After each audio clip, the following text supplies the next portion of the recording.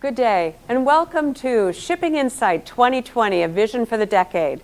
I'm Carleen Leiden-Walker, and I'm the Chief Evolution Officer for Shipping Insight. Thank you so much for joining us today. I think we can all agree that this has not been a terrific year.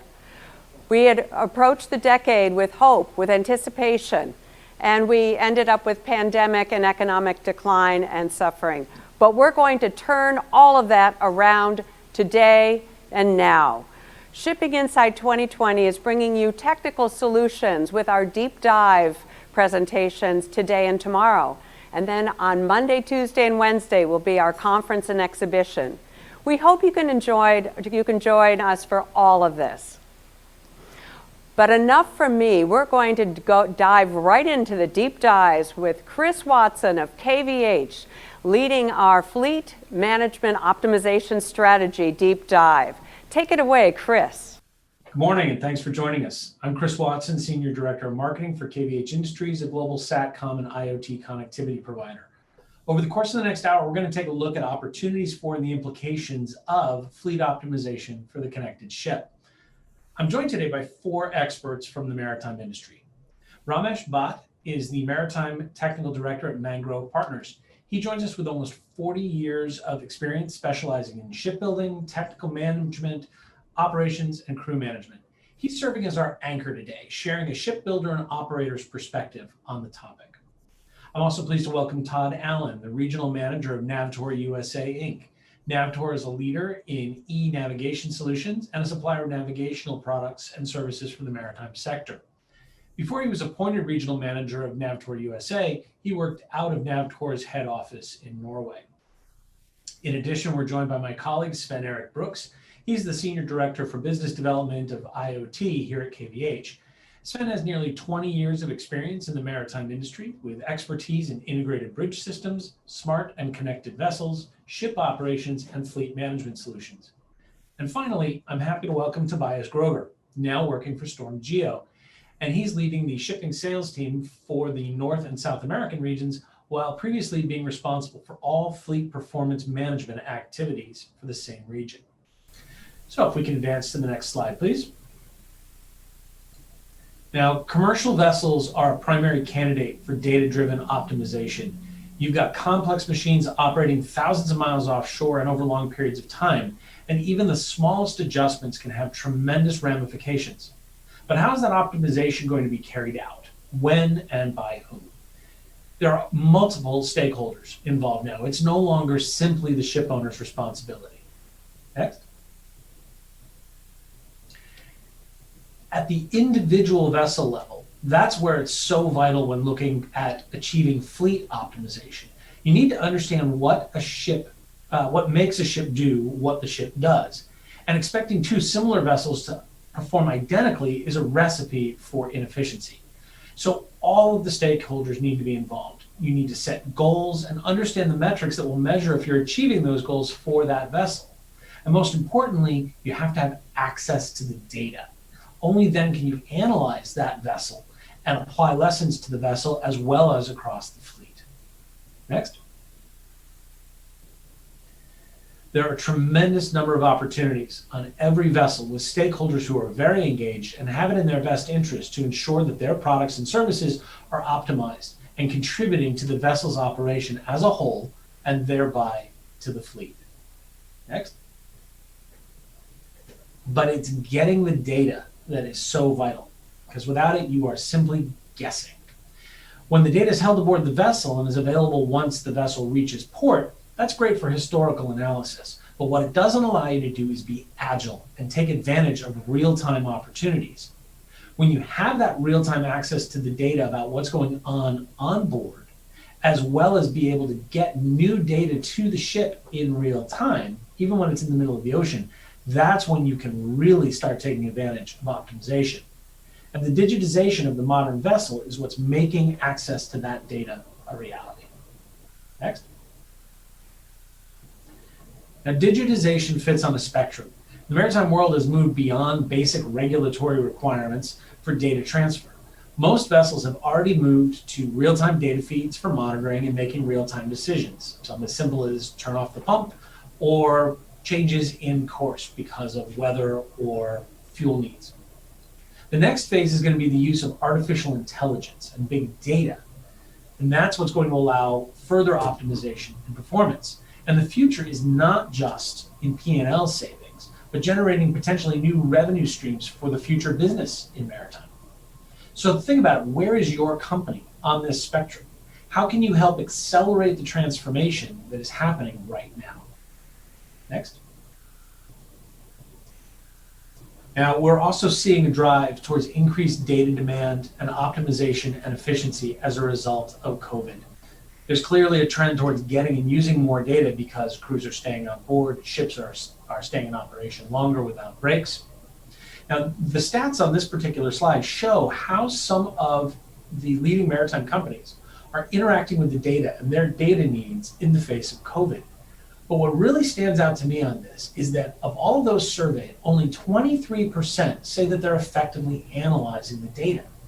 So what's the other 77% doing? I mean, they're paying for the data, they're collecting it, but are they taking advantage of it? Clearly, they're not optimizing their investment, and therefore they're not getting full value out of that data. Next. This effort is also raising new questions. How do all the different stakeholders collaborate? Who has access to the data? Who owns it? And how can it be shared without giving away a competitive edge? And then how do you actually optimize in real time? Next. Now, key to this is connectivity, which is really the first step towards data-driven optimization and the emergence of the Internet of Things at sea. And when you're taking into account your connectivity needs, I'd like to suggest a couple of key considerations. First, think about the network that you're going to be using. Is it layered? Meaning, does it have redundancy? Does it offer the coverage and the speed and the reliability that you need? Are you going to have access to the tools that will allow you to manage your data use? Or if you're talking about equipment manufacturers, are they going to be able to manage their data use to get the information that they need? How is your communications partner going to work with you to reduce the risk of a cyber threat? Are you getting the benefits out of an integrated hardware and service ecosystem so that the entire communications network as well as these data feeds are fully integrated? How are stakeholders going to get access to that data for analysis and then be able to apply it? And are you going to get top flight service regardless of where your vessel is operating to ensure that you stay connected and that you're getting that data and be able to take advantage of optimization opportunities? Next. Now, this is a simple look at how onboard and onshore resources can come together for real-time monitoring and real-time intervention to address issues and optimization opportunities. This is using the KVH Watch system, which is a dedicated IoT connectivity solution. There's a 24/7 data flow off the vessel. It's taking the information from all the different equipment sensors, flowing it off the vessel to experts on shore, where they're able to do real-time monitoring analysis. And then on an as-needed basis, able to use that exact same system for a high bandwidth connectivity solution so that they can interact directly with members of the crew to address issues, to troubleshoot, or to implement new efficiencies. Next. Now, it's important to remember that these initiatives are not simply one-to-one situations. What's great about this is that the technology and data can have a one-to-many benefit. Think about IoT, cloud computing, and then shared access to the data. Multiple stakeholders can all get something different and beneficial out of the exact same resource. Next. Likewise, these new technologies have broad ramifications, such as with remote presence technologies. Their value has been highlighted over the last 6 to 7 months as access to vessels has been curtailed for health and safety reasons. And even as the pandemic fades away, hopefully in the near future, I believe that these remote presence technologies will continue to have a game-changing effect on the marketplace and in the maritime industry. Next. So the opportunities for fleet optimization are changing very rapidly. I'm going to end my set of remarks by asking you to think about how are your optimization efforts evolving over time, and what are the goals that you're setting?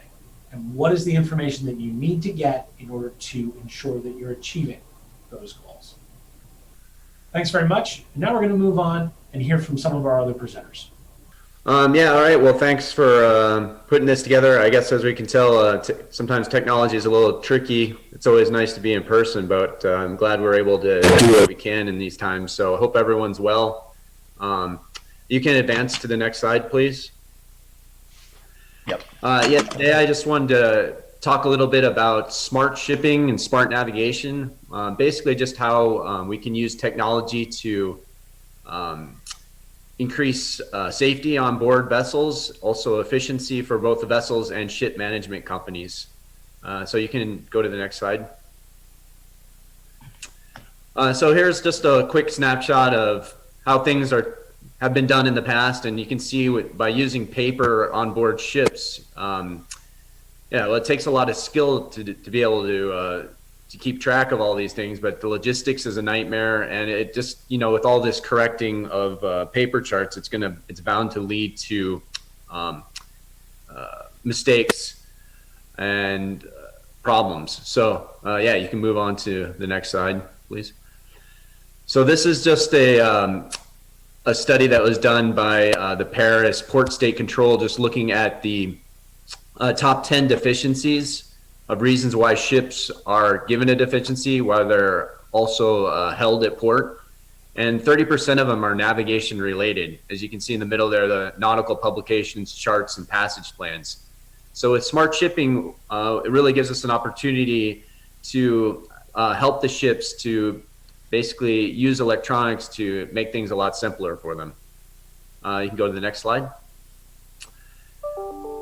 So we can cut down on things like human error. Yeah, about 70 to 80% of all the accidents at sea are caused by human error. So if we're able to use technology and make things simpler for the mariners on board ships, we're going to really be able to minimize those mistakes and accidents. Next slide. Of course, we're going to increase efficiency as well. Kind of the same deal as you have with like the cars nowadays on the road. You know, the reason why we're always stuck in traffic really is because of a 1,000 different mistakes that are happening by individuals driving. So if everyone's driving in a more efficient manner, then, you know, we cut down on traffic. It's kind of the same kind of philosophy as in the shipping industry. Next slide, please. And then by having all this technology or having these updates and information flowing in a more efficient way, you can make better decisions, improve performance, and be able to, you know, get a better bird's eye view of the whole picture of how things are operating. Next slide, please. And yeah, e-navigation, how does it affect different parties? We have the navigators. So the idea for us and for many people in the industry working with e-navigation is to give the tools to the navigator, not overcomplicate their lives, but give them tools that'll actually make things simpler and easier for them to work on board. Next slide. And that also translates into the shore-based teams. So if they can see in real time what's going on in the ocean, where their ship is, when they've been updated, weather predictability, they can improve performance and reliability and safety. Next slide. And yeah, just using all those different items in a smart way is going to give with the available data available, you're going to be able to add value and operate in a more efficient way. Go ahead and go to the next one, please. So here's just a kind of a quick picture of e-navigation kind of ecosystem where the information is flowed. It flows in a secure manner to the different parts from the shore to the ship. And the idea is that you're really getting real-time information to the ships so they can make smart decisions out at sea. Next slide, please. And instead of, for instance, using paper, then we can go on to using something like a digital chart table where you can have different layers of information that you can access at any time that's all up to date. And it really gives the mariners a tool that improves efficiencies and it makes things a lot safer as well on board. Next slide. So in our company, we've actually teamed up with different experts in different industries, like weather, for instance. So WNI is a weather expert that we put their overlay into our system, so we can get the weather overlay and also routing services to avoid, the storms, and also improve fuel efficiency. You can go to the next slide. Yeah, and this is another partner we work with, Total Marine Solutions. So environmental regulations is a huge issue for ships nowadays. There's just more and more regulations coming out. So if you have an easy way to get these updated and also can visualize it so you can see the precise regulations, it's going to go a long ways into making things more efficient and also saving a lot of money from, if you're not breaking rules because you actually know, the rules of where you're going to. Yeah, so you can go on to the next slide. So the idea really is to be able to use e-navigation and the new technology to simplify things and also hopefully cut down on these deficiencies that we saw in the first slide, so that you can, sail away and not have to worry about getting stopped by the port state control, for instance. So yeah, I think that was the last one. Yeah, thanks.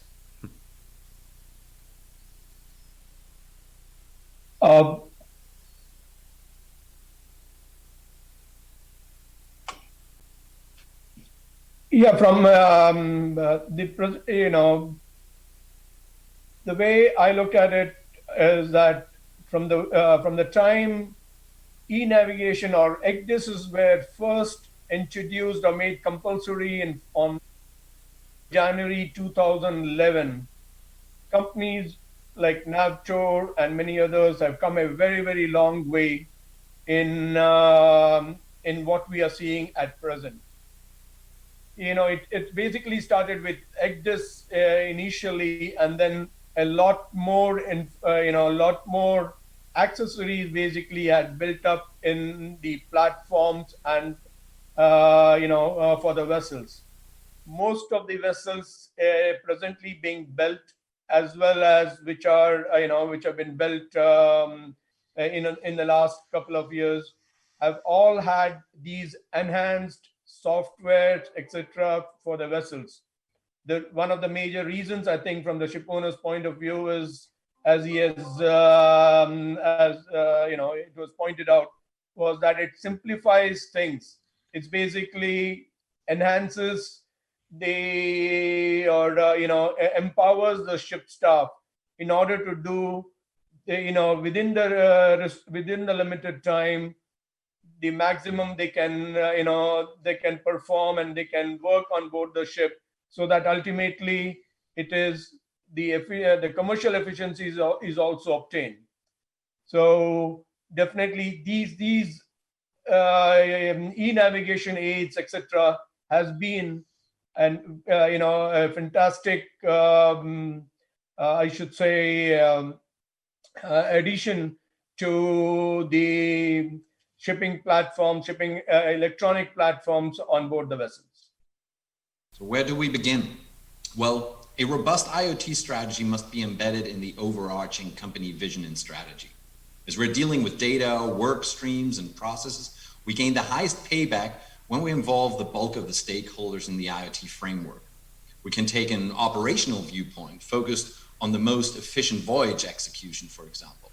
But we can also take a technical viewpoint focused on smooth, reliable operation, or a logistical viewpoint ensuring digital handshakes between port, vessel, cargo, and authorities. Next slide, please. To be clear about the requirements, it's important to assess the overall direction of your IoT journey. What is motivating your organization to enter the IoT era? Is it competitiveness, cost control, profitability, customer satisfaction, new revenue streams, all of the above? As with any other actionable strategy, it's vital to consider timeframes, skill sets, and required infrastructure to facilitate change, maintain momentum, and execute set plans. Most importantly, however, is to understand the value that actionable data presents to your organization, your suppliers, your customers, and subsequently their customers as well. A well-known psychological tool, the Johari window, can be used to discuss and highlight your data requirements internally. to identify the arena, so the data that's known to you and others, the blind spot, like data that's available to others but not to yourself, the mask, which is your business intelligence advantage, and the unknown, the discoverable turf for you and your business partners. Next slide. The second most important area, especially as it feeds into a make or buy decision, is the assessment of skill gaps within your organization.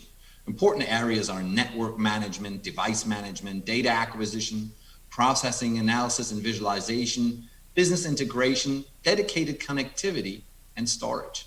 Without going too much into detail, these areas describe the flow of data from a device through a network into an aggregation center of sorts for processing and analysis, and ultimately business integration. In addition, certain hygiene factors have to be present, such as cybersecurity, for example. Next slide. I've picked the system SHIP here to illustrate the cornerstones of machine connectivity, starting with a wide array of protocols, data acquisition methodologies, access to these protocols, and distribution of data. One of the transformational elements of IoT is access to real-time data, live data, or data with a very high polling frequency. Again, cybersecurity needs to be considered, and as a best practice approach, a separate treatment of operational technology, OT, and information technology, IT. OT systems control the physical world, and IT systems manage data. OT is hardware and software that directly monitors and controls physical devices and processes. IT, on the other hand, covers the spectrum of technologies for information processing, including software, hardware, and communication technologies. And as BIMCO puts it, disruption of the operation of OT systems may impose significant risk and impede the ship's operation. So the safest approach is therefore a clear segregation between OT and IT. Next slide. When it comes to the vessel itself, we're starting to approach the regulatory world, and two standards have a dominant impact on IoT at sea: ISO 19847 and ISO 19848. 47 specifies the requirements for the shipboard data server that is used to collect data from other shipboard machinery and systems, and to further share the collected data in a safe and efficient manner. 48 is intended for implementers of software used for the capture and processing of sensor data. It essentially provides a naming convention, no more or less. However, in order to assess the required resources for your IoT strategy, you need to be aware of its size and dimension. Is it a vessel only, fleet-wide, or pooled with other third-party vessels? And in addition, your preferences on the outline technology tree, from augmenting the workspace of the operator or navigator and technicians to providing business insights and intelligence. In essence, those decisions will shape the strategic direction of your IoT journey. So can this process be fast-tracked?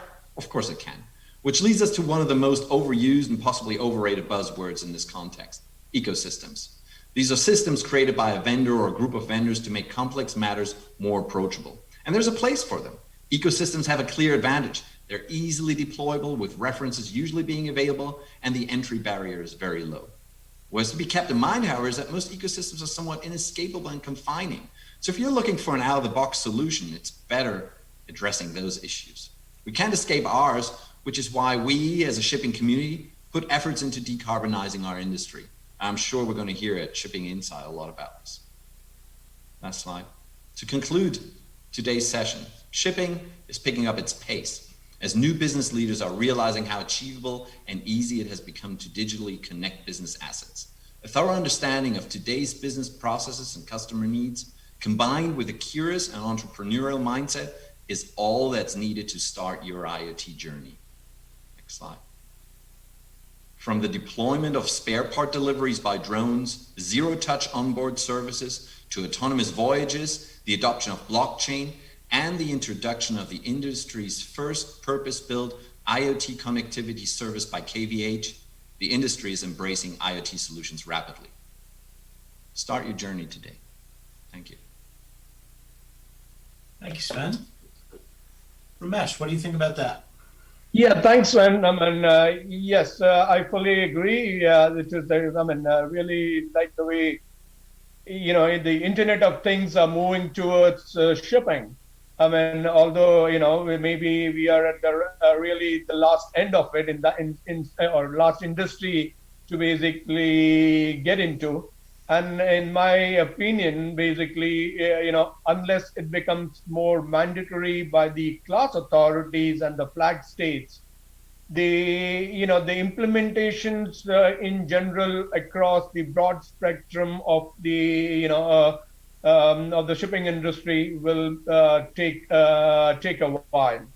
Although with these things will definitely be speeded up once the autonomous vessels are basically pushed forward, especially in regions where the advantage of autonomous vessels are seen, specifically say in Norway, Denmark, in the Scandinavian countries, maybe on a small, short route basis. But yes, Internet of Things is here to stay. And from my first-hand experience, I can relate to this because just for example, we have got scrubbers fitted on our Newcastle Max vessels. These are by Sake, a German company. And initially, when we started, they did not have the means of doing remote monitoring. Now, basically, they have agreed that with the advancement which has taken place, they are in a position to put in interfaces so that with a good connectivity on board the vessels, as far as the VSAT arrangements on the vessels, plus the provisions in Sake offices also to go forward with these interface, that we will very soon be in a position to see that the remote monitoring of the scrubbers specifically will be in a position to be done directly from the makers as well as from the technical managers. So in all this, basically, with all the three presentations which has been done today, one is focused mostly on the navigational aspect of it, one is in the IoT aspect of it, and the other is on fleet monitoring and fleet optimization point of view. These are definitely the way the maritime industry, I think, is going to move forward. The only issue is how fast we can really achieve it, so that the benefit can be felt by the ship owner, by the charterers, by the operators, and and all the parties involved, in the maritime domain. Great. So first off, I want to apologize. Apparently, some of you were not able to hear my audio. Hopefully, everyone's hearing it now. So I'm seeing some smiles from my colleagues now that apparently they're able to hear me. So before we move on to our next speaker, I would like to just introduce the folks that you've heard previously, just really quickly for those of you who didn't hear it. We just heard from Ramesh Bhatt, who joins us with almost 40 years of experience specializing in shipbuilding, technical management, operations, and crew management. He's currently the Maritime Technical Director at Mangrove Partners, a position he's held since October 2018, and he's our anchor, obviously, providing insights from a shipbuilder and ship operator perspective. We're also joined by Todd Allen, who's the Regional Director at NAVTOR USA. NAVTOR, as you've seen, is a leader in providing innovative e-navigation solutions and products for the maritime sectors. He's the regional manager of NAVTOR USA now, and previously had worked out of the head office in Norway.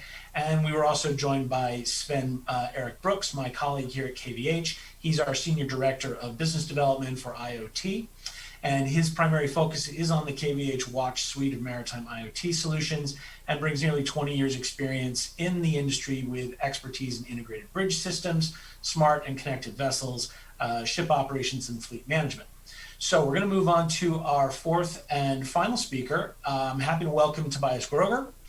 He is working for StormGeo and is leading their shipping sales team for the North and South American regions, after previously being responsible for all fleet management activities in the same area. So Tobias, to you. Well, good morning, ladies and gentlemen.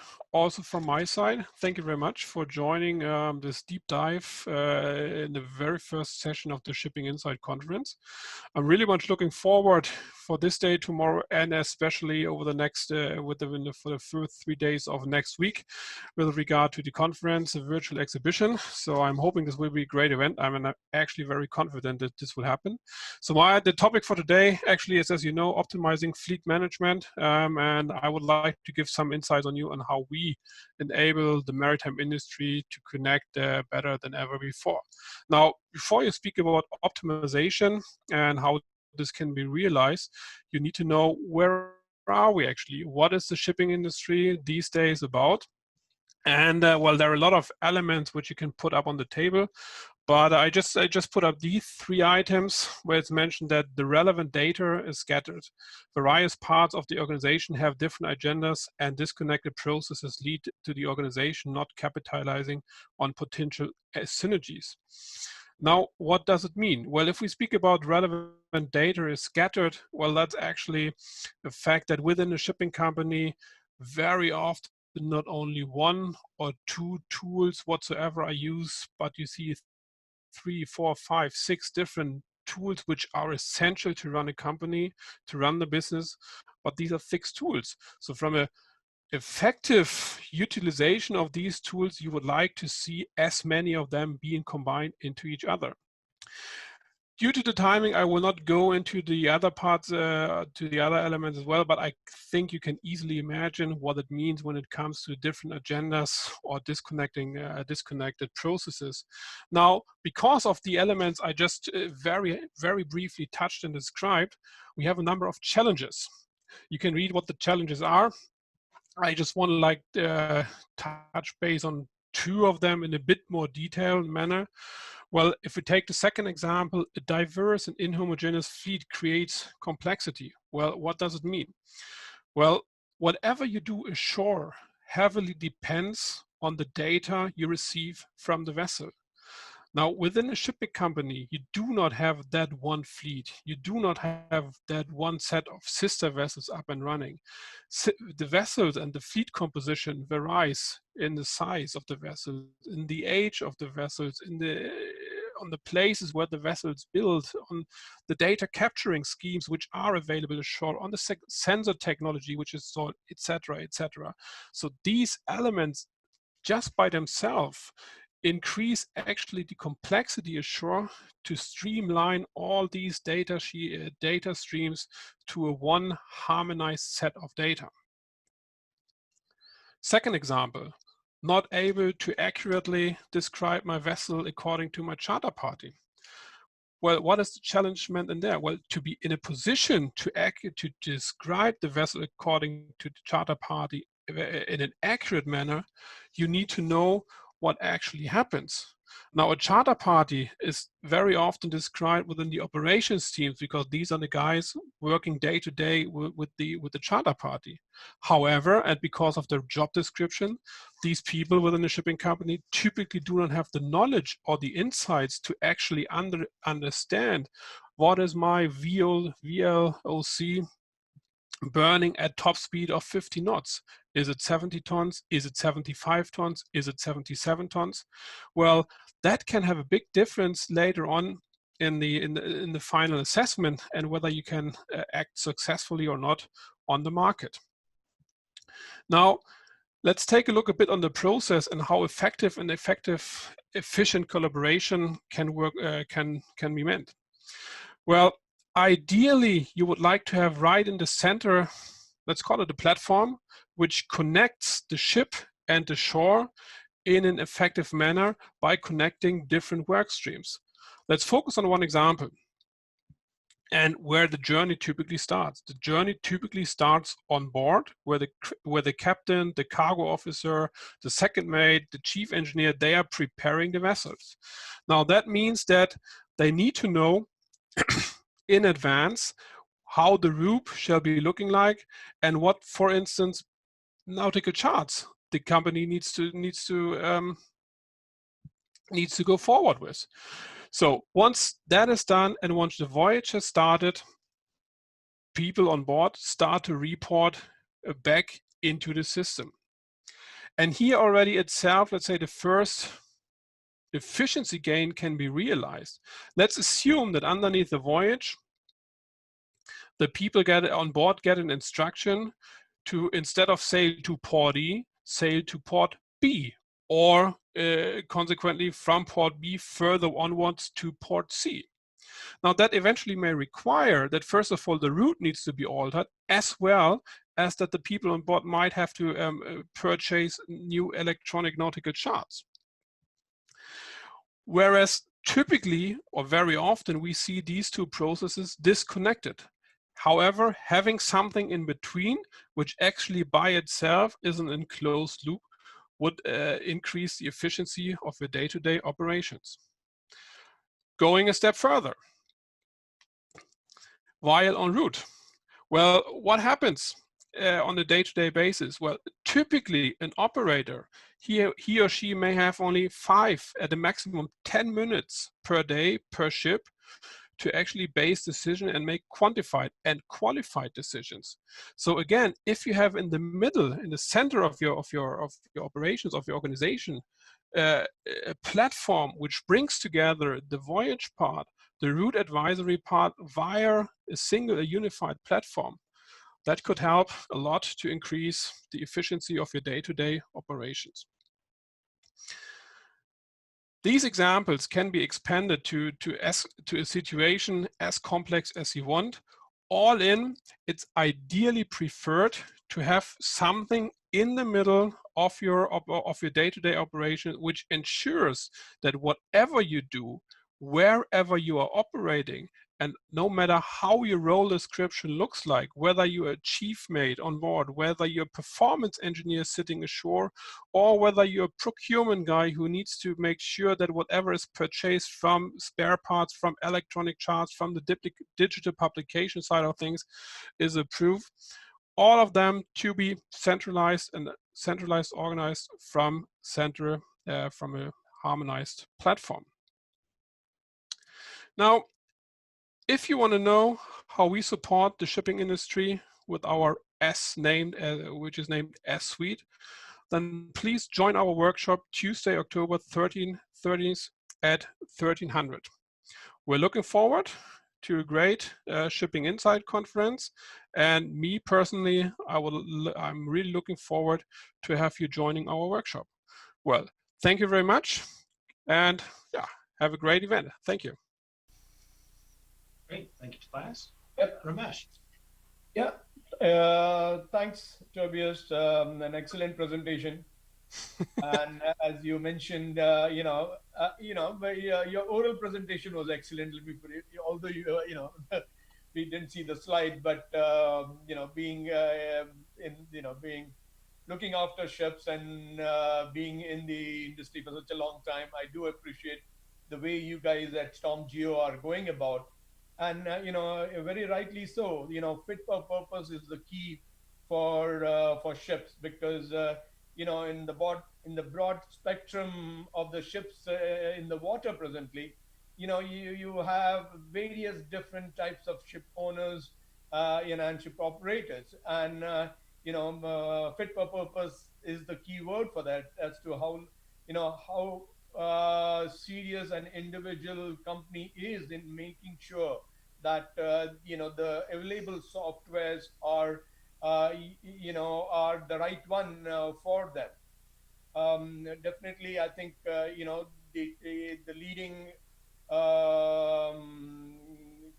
public companies, or leading big container companies, and leading big bulkers and tanker companies are surely more focused on ensuring that the fleet optimization, the efficiencies, the commercial efficiencies are all met. And I'm sure, with software and with you guys have for the ships, will definitely be an added assets for all of them. Okay, great. Excellent. Well, we have about 9 minutes left. So rather than, I know my slides were shown, but you couldn't hear them. I don't want to take the time to go through them all. I'd rather throw some questions to my colleagues here on the panel. But just to sort of highlight what I was looking at was talking about there are many stakeholders. It's not just the ship owners that are responsible for optimization. You've got all of the different equipment manufacturers, all of these different players who are trying to optimize their own equipment and thereby optimize that vessel. And if you're able to understand the vessel, then you're able to apply that across the fleet. But no two vessels operate exactly the same. But the key is to be able to get the data. So if the data is staying on board until the vessel gets to port, that's going to be great for historic analysis, but you lose out on the agility of being able to respond in real time. So the ability to get data off the vessel in real time, as well as get new, updated, and more accurate information to the vessel in real time when it's out in the middle of the ocean, is key to being able to really take full advantage of optimization. And I think that's what we're seeing with navigation and the StormGeo at KVH. Actually, we help deliver StormGeo content. So to get that out to the vessels. So having that data is critical, because otherwise you're simply guessing. So what I'd like to do is just sort of throw a question out there. One of the things that we were talking about, or the topic was looking at sort of operational expenses and OPEX. And I'm curious, where do you guys think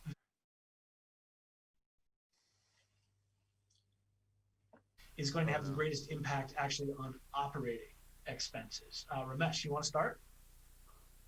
Yeah, I mean, as far as the OPEX goes for the vessels, there is an element which we presently say for a standard Newcastle Max vessels, a communication sort of bracket, under that communication bracket, OPEX is say about 20 to 25K annually. And I'm sure that when you have a large number of vessels in the fleet, there will be economies of scale there too. But one of the issues from the ship owner's point of view is, the data which can be collected, unless it is really harnessed, if I may, in a manner which is, which provides results. Otherwise, there have been times we have seen that you put in a lot of data, which is almost sort of a garbage in, and what you get is garbage out, unless there are various, various means of harnessing this data.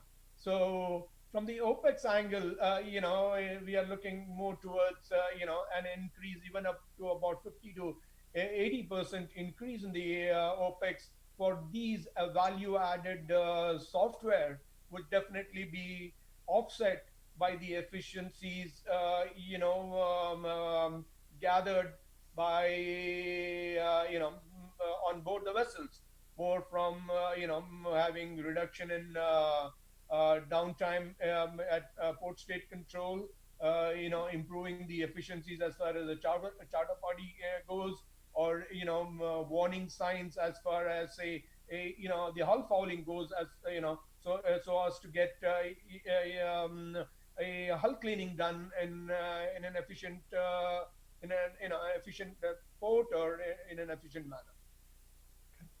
Todd, what about from your perspective? I mean, looking at e-navigation, you also talked about safety. How do you see that playing into the ability to reduce OPEX and just improve some of those other efficiencies? Well, I know we've seen most of the ships now that we work with are pretty much fully digital. There's still an aspect of paper that's sent out, but just the cost savings from going from having to ship, for instance, a ton of like paper publications and charts to all kinds of places all over the world. You save a lot of money just not having to do that anymore. And the safety part of it, having the information in real time, I mean, that's really the key. That's the reason why the ECDIS mandate came out, is to make things safer for everyone on the seas.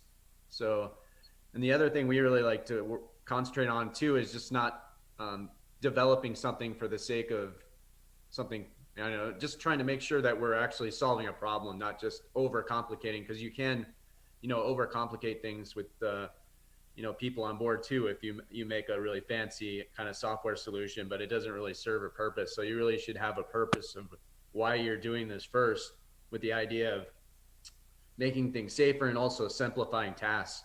Because there's a ton of things getting thrown at navigators nowadays. So if you can automate, reporting and all kinds of other kind of things, it really lets them do their jobs in a more proficient way. So. Okay. And Tobias, from your perspective. Yeah, I mean, I think one element, and then like Ramesh said, when it comes to measuring, let's say the positive impact of all the measures you put in place when you speak, or when you try to increase the efficiency, is that how can you measure the time you save when it comes to increasing the efficiency? So that's why I always like to use the word not increase the energy efficiency or not increase the fuel efficiency.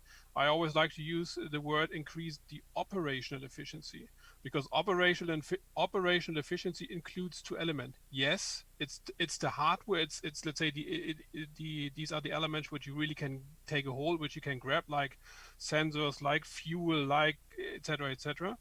But it includes also the aspect of the time.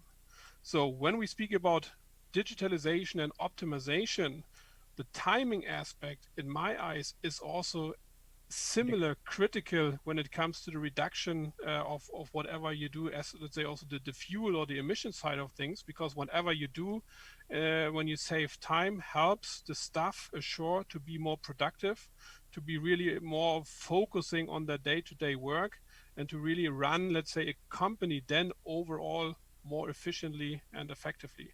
And if one can prove, can show me how you can measure, let's say, ideally on a bank account, the time you have saved, I think that's, to a certain extent, the holy grail in our industry going forward.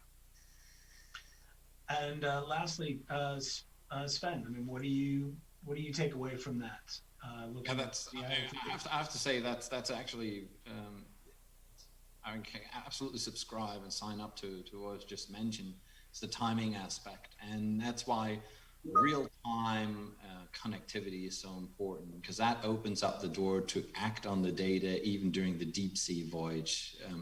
Right now, the critical path is when the vessel's in port. Everything needs to be done. The documents need to be filled in, and it's really challenging because all the work is being dropped down on the master, on the chief engineer while the vessel's in port.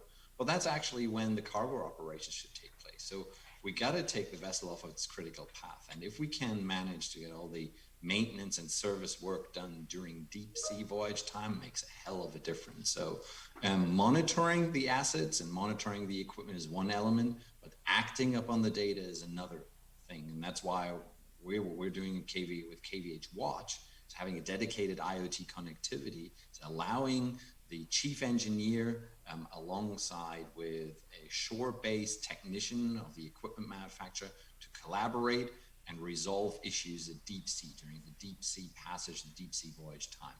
And that makes a huge difference, because that takes the stress level off of the crew, off of the master. It makes a more efficient voyage. It ensures the focus on the cargo operation when the vessel is in port. And it also allows you to take care of all the mechanical issues that we still have on board of vessels today. So we're talking a lot about digitization and IoT at sea, but we still have mechanical components. And you can only fix them if you have hands on deck. And if you then have the equipment manufacturer, service provider over your shoulder, supporting the crew, supporting the chief engineer on board, that's a real game changer that ensures operability, less downtime, and less deficiencies, of course, as a result of that, and a proper, efficiently operating and trading vessel at the end of the day. Okay, great. So we've got a live poll just to wrap this up. And I'm just looking at the guidance from our technical team here.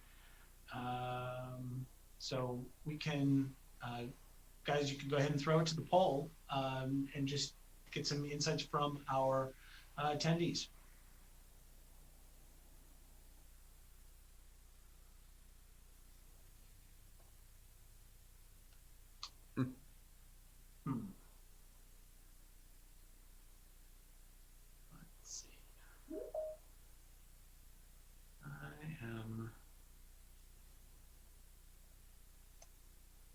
not seeing it at the moment. All right. Well, actually, we are up against the top of the hour. So again, apologies for the technical difficulties, but thank you very much for persevering.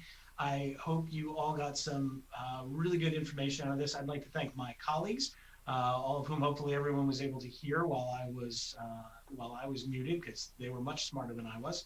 But thank you all very much for attending, and enjoy the rest of this pre-conference series of meetings, and then have a fantastic time, and hopefully you get a lot out of Shipping Insight next week as well. So thanks very much, and have a fantastic day.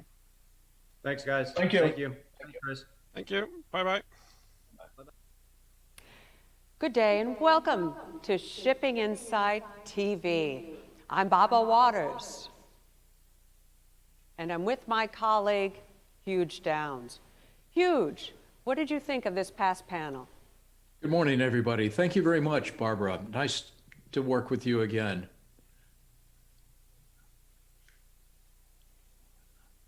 Huge, what did you think of this past panel? What was the And most I'm interesting Huge feature? Downs. I thought it was fantastic, to be honest with you, but there's a couple of things that stick out in my mind. Number one is communications. Communications is imperative, all the way from the, from the operating mechanics all the way to the officers on board the ship. But the other thing is there's a disconnect when we're talking about safety and things like that.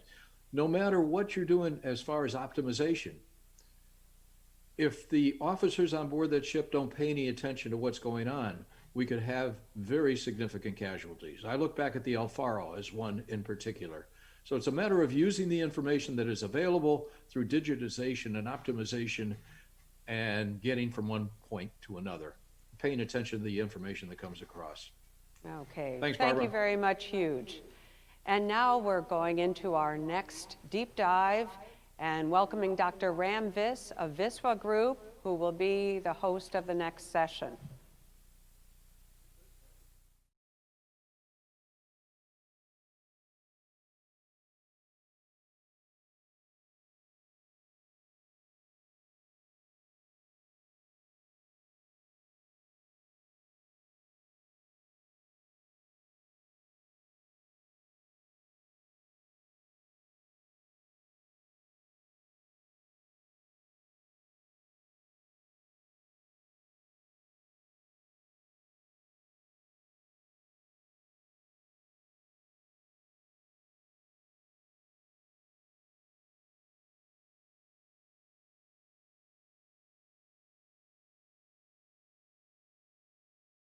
Have my slides on screen, please.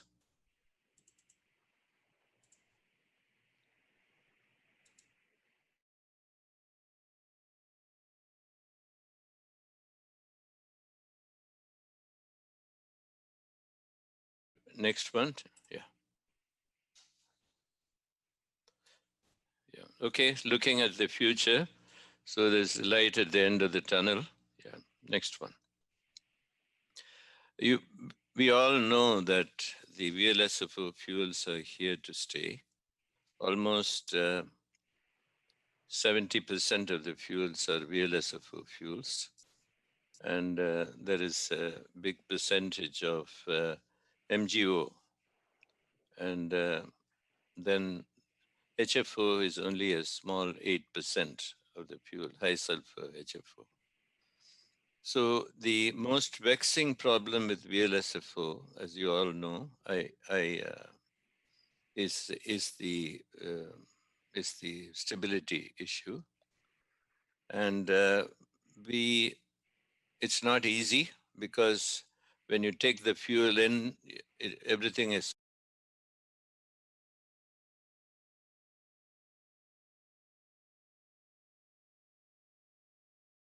deteriorates. TSP values go up, and then you are forced to, you find that your purifiers are choking, your filters are choking. So the stability, which is the ability to stay stable during long-term storage, is not happening. So, from the Vishwa Group, I can say that we have developed a proprietary algorithm based on PNA studies, paraffin, naphthalene, and aromatics content in the fuel, we are able to predict what will happen to the fuel and whether it is safe for you to bunker it for, let's say, 30-day usage or 60-day usage. And we also are in a position to recommend some additives which will help.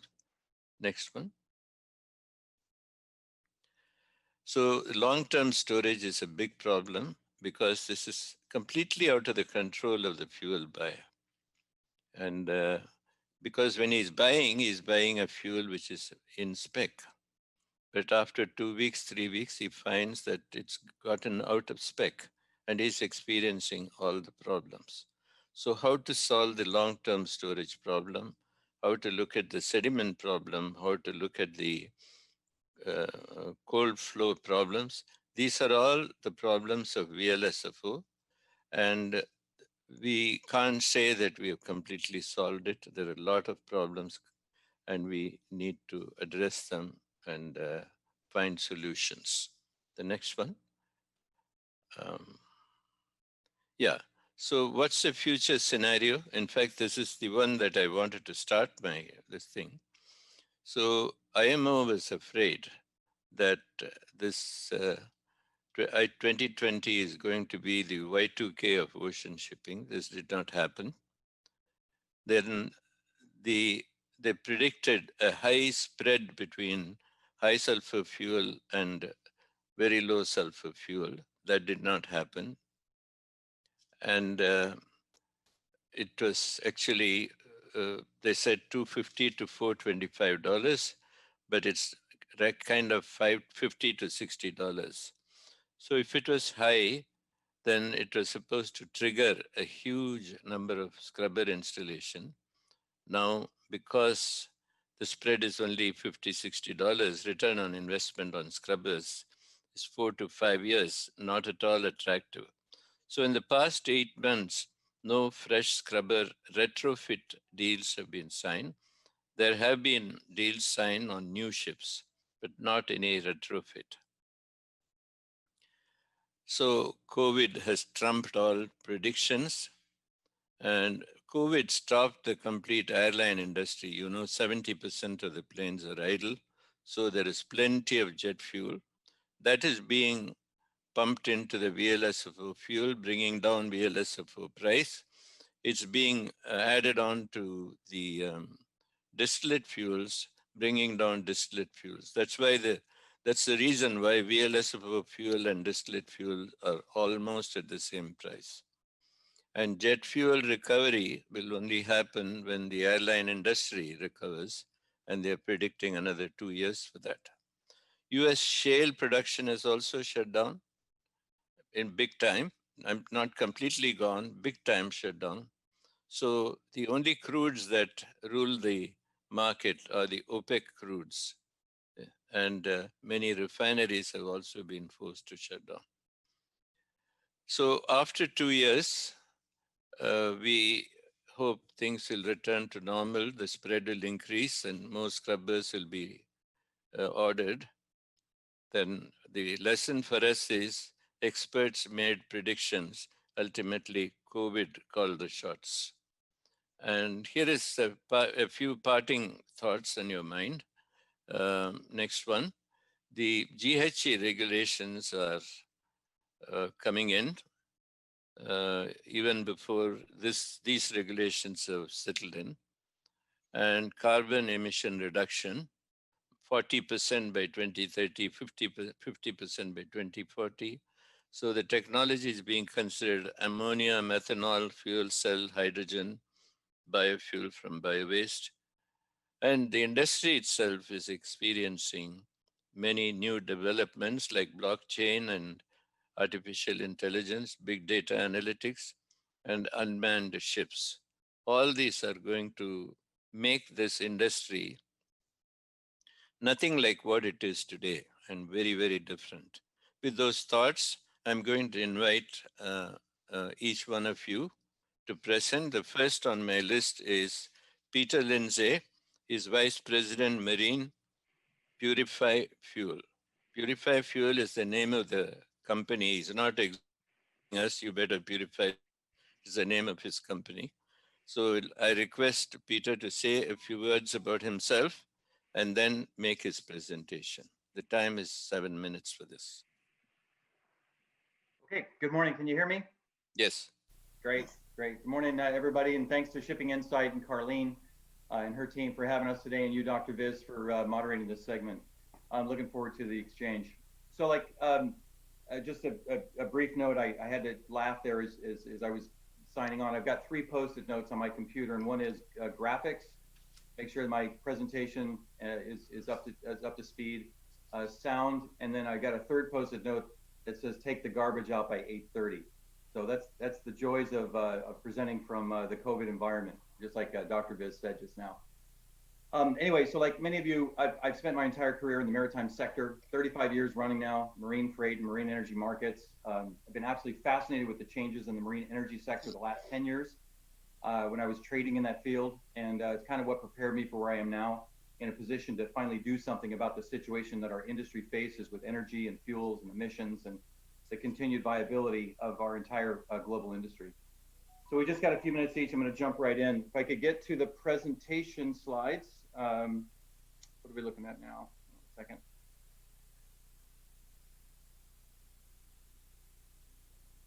There we go. Go ahead and move up one.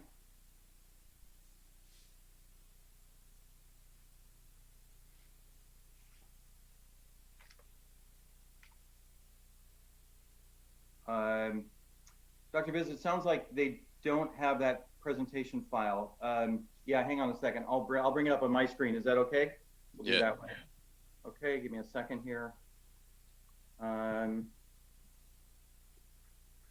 Give me.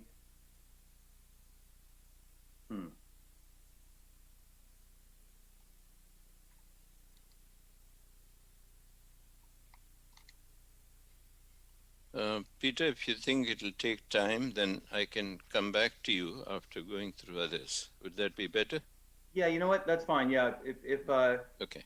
Yeah, let's go ahead and do that, and I'll come back. I apologize for that. I thought they had my presentation up. Okay, go ahead. No problem, Peter. Okay. The next person is Dr. Aparna Balachandran from Viswa Group. She's a director in that company. Go ahead, Aparna. Good morning. Thank you. It's wonderful to be a part of Shipping Insight. And I wanted to thank Carlene for inviting me to present. Could I have my slides up, please? The next slide.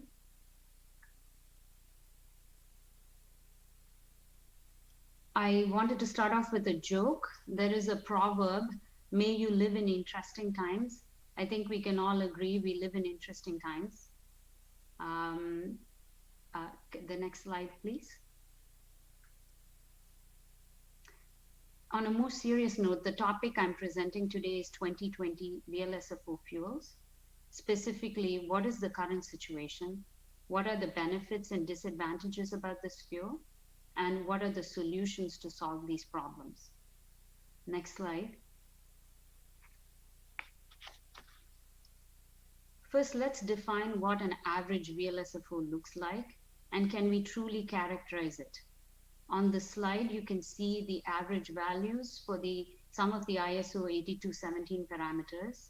For example, the density is 936, the viscosity is 106. But if you look at the maximum values, these are much higher, and this represents a wide range of what is considered normal for the VLSFO fuels. The bottom line is that the VLSFOs are a heterogeneous group with lots of parameters that range widely, and they're all clubbed into one group. Next slide, please. Based on our testing of more than 50,000 samples in 2020, we found that VLSFOs account for 59%, distillates were 31%, HFOs 8%, and ultra-low sulfur fuel oils were 2%.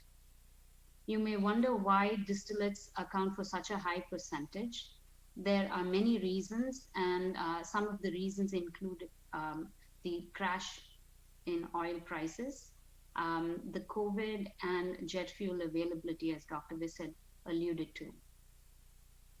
Vishwa has done a lot of research and published white papers on the quality of VLSFOs, and we have put together a comprehensive compendium which covers all aspects of the VLSFOs. Next slide, please. So what are the benefits of the VLSFOs? The paraffinic VLSFOs have good ignition and combustion properties. Almost all the VLSFOs require a lower temperature for storage and during purification, leading to a lower heat requirement. The calculated gross calorific value is higher than the HSFOs, leading to a 5% increase in thermal efficiency. And only a few problems have been seen so far related to contamination from polymers. And this is much reduced, most likely related to the lower handling temperatures required for VLSFOs. Next slide. What are the disadvantages of the VLSFOs? If you look on my slide, on the picture, you can see that all of those fuels represent VLSFOs. This wide range of fuels all represent VLSFOs, which are made of multiple feeds in multiple blending ratios. And this may lead to some of the problems that we have seen. Long-term storage problems have accounted for almost 80% of the VLSFO-related problems. There are two ways to identify them. One, which is a little more logistically challenging, is to let the fuel be stored and then tested prior to usage. And the second way is to do predictive modeling and proprietary algorithms prior to using the fuel and storing it. This can be done at Vishwa, and we can predict whether the fuel will stay stable for the long term or not. Some of the additives have helped if they're dosed adequately at the start prior to storage of the VLSFOs. The next most frequent problem that we noted was cylinder liner wear, which I'll discuss later. The third problem we saw was cold flow properties and wax formation in tanks.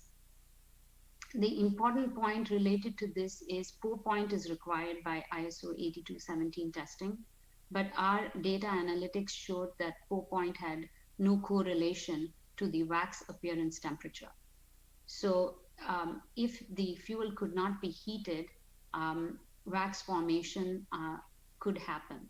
And the key to remember in this is, in the unlikely and unfortunate situation that wax does form, the fuel has to be heated to a higher temperature called the wax disappearance temperature prior to being used. And finally, and probably most importantly, given the wide spectrum of the parametric values, the VLSFOs don't fall into a single grade in the ISO 8217. They fall into two discrete groups called the paraffinic and the aromatics, and treating them as one group is not correct. The next slide, please. So based on the problems faced by our customers and our experience, Vishwa has published these technical updates and white papers relating to these problems. Next slide, please. This is what problems with VLSFOs look like, with wax formation on the left and unstable fuel from long-term storage causing sludging issues on the right. The next slide, please. So to touch briefly on cylinder liner wear, what was noted was in January 2020, VLSFOs were used with a limit of 0.5% sulfur, and vessels started reporting an exponential increase in the cylinder liner wear. And this was quite puzzling to everyone. Next slide, please. The 8217 analysis indicated that the VLSFOs had met the specifications. Additional testing was done, and none of these indicated any abnormal parameters. So finally, Vishwa came to the conclusion that the damage to the liners was thought to be related to cylinder lubricating oil, both the quality, the quantity, and a failure to use the correct TBN cylinder lubricating oil to meet the reduced sulfur content in these VLSFOs. Next slide, please. I want to close with a summary of what I have presented. VLSFOs will probably be used widely in the near future. And given that they're a heterogeneous group of fuels, they should be used carefully and with a clear understanding of all their different properties. I wanted to thank you all for your attention. Thank you. Yeah. Thank you, Parna. Yeah, you exceeded by only 1 minute. So that's just to tell you we are watching the time. Okay. Peter, would you like to go now? Are you ready? Or I can push it further down. Well, let's see if Cross City has my, if they've got my presentation up. If they don't, I can screen share. Want to just do that? I'm happy to do it. Okay. Yes. Okay. There we go. Okay, can you all see that? Yes, we can. Yes. Great. Your Okay. 7 minutes starts now. Okay. Thank you, Dr. Viz. Right, so I just wanted to kind of set the table here a little bit. Since we're early in this conference, there's a lot of numbers being thrown around out there in the world, and I thought I'd just take the liberty of putting a couple of key figures up on this first slide, which I'm sharing, which I don't know is being broadcast. Let's go to the first slide. There you go. There you go. Put that in full. That have led us to the challenge before us as an industry. So we've got, you'll hear these numbers being referred a lot in different discussions this week. Historical observation has the world warming up by a degree or two over the last 100 years, with acceleration in the last half of that. And there's anomalies, as you know, with cooling periods and warming periods, and that leads to plenty of debate, sea level rise and everything else. The scientific consensus in that first line has us at a forecast of about 3 degrees before the end of the current century. And depending on what you read, all kinds of other predictions are going to come with that, severe weather changes being among them. So then politics come in, we get the Kyoto and the Paris Accords, and we see a target set in that next line to keep it at about 2 degrees with a stretch goal of 1.5. And through actions that we take now as a global set of industries in terms of carbon and gas emissions, and particularly those equivalent with a higher warming potential or greenhouse effect. So we note that all carbon emissions, of all global carbon emissions, 30% of those have been categorized as hard to abate industries. Shipping is part of that, where aviation's a much bigger part of that as well. And as an industry, we've been identified as a little over 2.5% of the global CO2 problem, if you will. Down below there, just a quick note for further reading. The report I'm referencing here is excellent. It's very boiled down and pertinent. If any of you are putting together reports or summaries for your companies on this topic, grab this report, just Google shell.com and decarbonizing shipping, and it'll bring you to it. It's a very good report. Next slide, please. So go ahead and get the next slide. There we go. Nope, not yet. Next slide. Are you on mine or am I? Okay, there we go. You're taking my share, my shared screen. Okay, there we go, shipping's dilemma. So with no clear choices up ahead, there's a lot of good ideas, but few clear pathways and lots of compromises. We've got billions tied up in marine power plants that are burning lower sulfur distillates and residual fuels. We just cleared the latest hurdle this year, which you know about, and we're still working out the issues of VLSFO that Dr. Viz and Dr. Parna just mentioned. We don't control the energy supply chain. We've historically represented the demand of the lower end of the hydrocarbon value chain by burning residual fuels. And the IMO's focused over the last decade has been reducing sulfur. That was very helpful from a human health concern, but wasn't playing that much of a role in carbon reduction. There's discussions now about carbon targets within the IMO, but those are not codified as regulations yet. But they do have some levels that they're talking about that you see here. From the baseline levels that we had in 2008, They want a 40% reduction by the end of this decade, and then another 30% on top of that by mid-century. And they've added greenhouse gas specifics in that year as well. If the IMO stays with these numbers, and the first step is the pretty big one, whatever gains we've made in the last 12 years, we need to stretch that to a full 40% in reduction of CO2. And that's going to have to probably come from more than one source of innovation. Slide here. So let's look at some areas to focus on where work is already underway. We can take a hard look at technology advancements and the power plants themselves. You're going to hear a little bit more about that in later conferences. Other technologies to supplement power, lots of attention on less carbon intensive fuels all the way to carbon neutral. We can look at improving what we have now, and that's actually what I'm going to focus on. And then of course there's the far right, which is never an option. Touching on the first area that I mentioned there, lots of capital and R&D has been spent, it continues to be spent in making these incredible, huge engines that power our ships better. Advancements in turbochargers and injection systems have helped improve combustion. We're even harnessing more of the heat energy that goes up the stack to power other shipboard needs. These would otherwise be like parasitic loads on the engine itself trying to propel the ship through the water. Advancements in friction reduction, lube oils. We've saved energy and extended the life of these massive investments even longer. So I don't have all the numbers for what these things represent, but every single digit of improvement helps us get there. Some other cool ideas that you see out there are being perfected and some even reintroduced. You see articles about hybrid power and harnessing solar and wind, propeller designs, hull shape, and even wind. That picture on the far right, the bulbous bow shape, that's only a few decades old, and that was a huge improvement in efficiency. So there's hope there. The session after ours today is going to cover a lot of these in depth, the alternative fuels. A lot of exciting things going on here. These are just a few of the things that you will hear about. I know Dr. Viz mentioned, and hydrogen and ammonia, and of course LNG. If you haven't heard my friend John Hatley from Wärtsilä speak about LNG for marine power, you'll be a believer in pretty short order. But let's talk about today, what we can do now. This was a quote from a major OEM, engine OEM, testifying before Congress a couple of years ago in one of their energy subcommittees.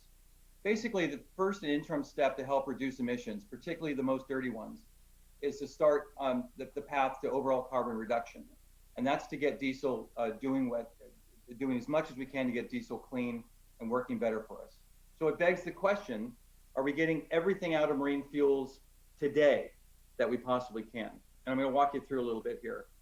So theoretically, a drop of marine diesel or IFO has a finite amount of potential energy.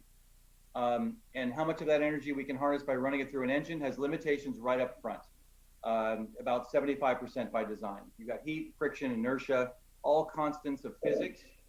But the question is, how well are we doing against that? Due to the nature of diesel combustion, the cycling of RPM, varying loads, the size of the engine, it's not distributed equally. Autos and trucks get limited efficiency, which is a lot better than where we started 100 years ago with diesel engines. Locomotives and tugs, similar size engines, medium speed, two-stroke, they do a bit better in the 35 and 40% range. And then the large vessels that ships with large two-stroke slow-speed engines.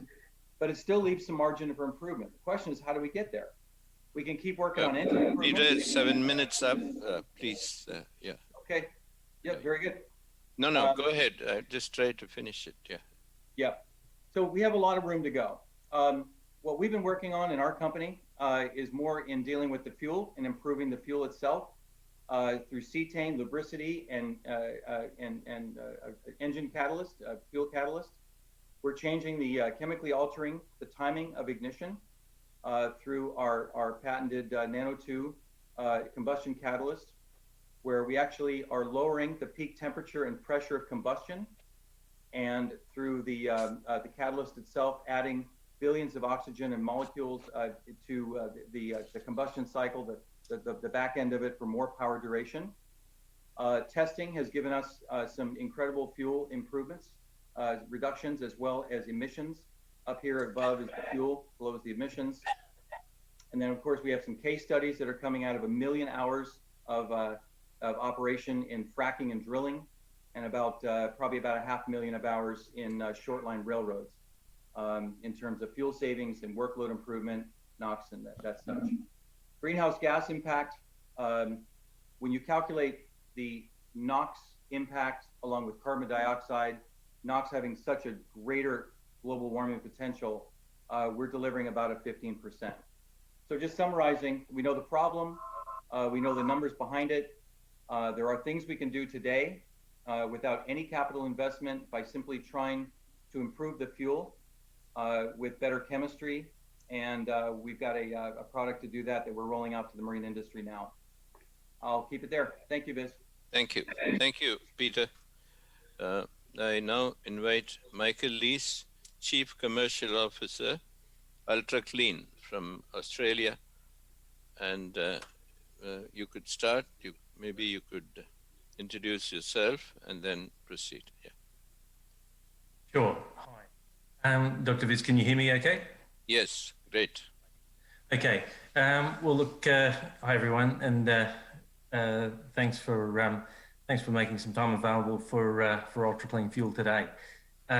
Just very quickly on myself, I've been working with the company since 2015, and we were a technology company that's been developing a solution to desulfurize fuels over the last 15 years, and we're applying that right across the fuel range now to separate high sulfur fuel products into low sulfur fuel products and asphalt. That's basically where we're coming from. If we can just then maybe go to the presentation. I suppose our interaction is more with the refining sector and traders. And what we were seeing, as was referred to earlier and everyone's very aware of, is if you looked at what was going on in the back end of last year, at that time we were catching up with refinery customers.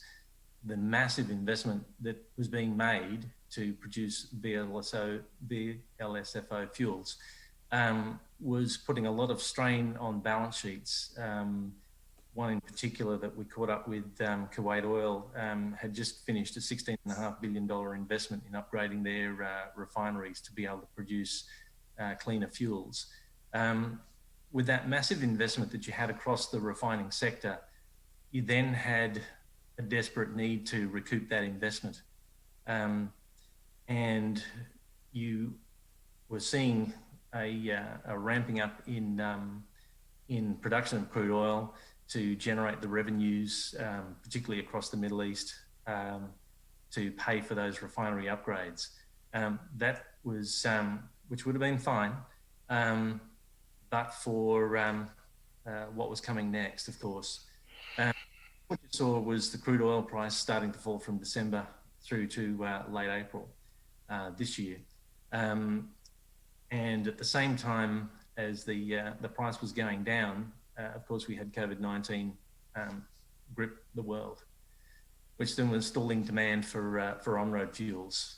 As was mentioned earlier, what's that done? That's driven the oil industry to push products that are no longer, well, where the demand is weak on-road and for jet fuel into the marine sector, because the marine sector is at least one sector that is continuing to move forward.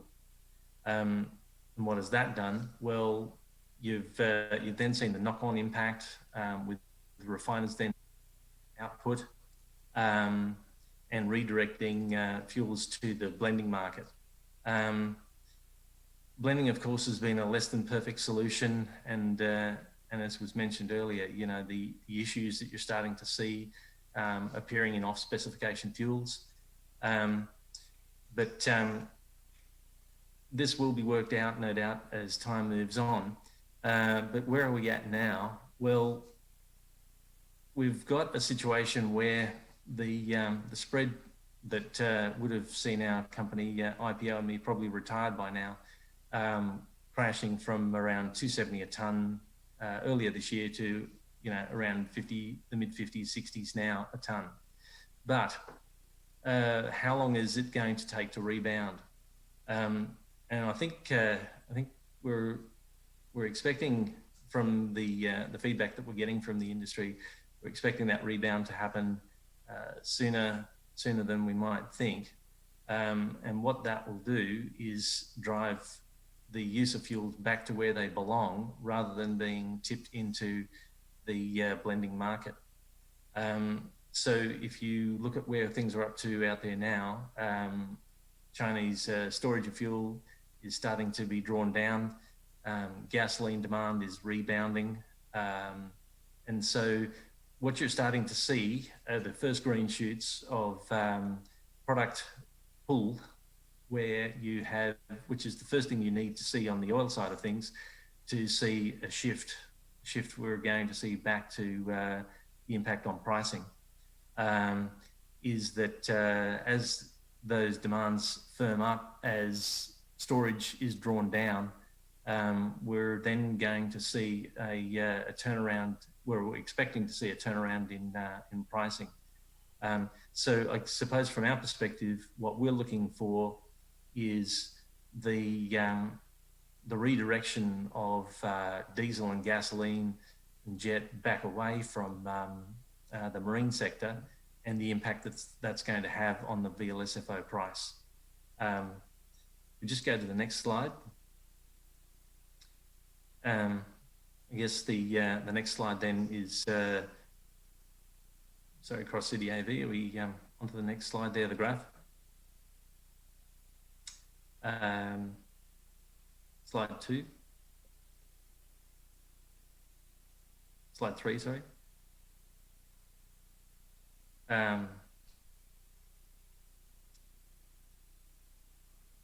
Sorry, we're not to the right slide there. Anyway, I'll just keep going. So if we're looking at, well, I'm looking at now on slide 3, sorry, where you could see the compression in the price differential between the different products.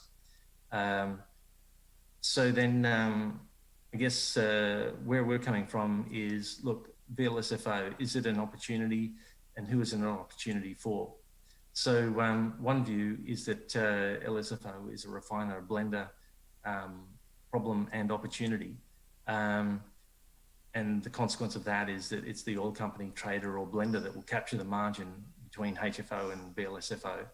Another view is that LSFO is a opportunity. And how do you access that? Well, through installation of a scrubber. But I guess we have a minute. Yes. Thanks. What we're seeing is a growing list of ports banning open loop scrubbers. Our view is that there is an alternative, which is to apply techniques to just desulfurize the fuel.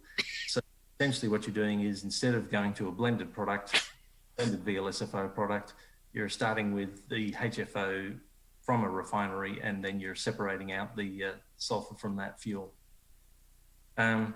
In our case, the way we're doing that is applying our proprietary technique, which is now on slide 5. And what we're doing is, as I say, we're just separating the high sulfur fuel into, I think what we've got is a differential in presentations between what Cross City AV is putting up and the material. But that's fine. I'll just keep going here. What we achieve is a reduction in asphaltenes, nitrogen, metals, which results in less precipitates.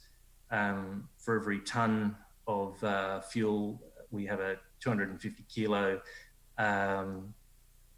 reduction in CO2 versus existing refining technologies through application of a low complexity chemical process and a modular design that can be applied at tank storage. So our solution is to make available a technology that can be accessed whether you're a ship owner, a refiner, or a blender, or a trader. And that's our approach. Dr. Viz, back to you. Thank you, Michael. I next invite Mr. Steve Benwell. He's a very senior accounts manager and global fuels with Infineum, which is one of the biggest additive manufacturing companies. I invite Steve to say a few words about himself and to comment on the topic.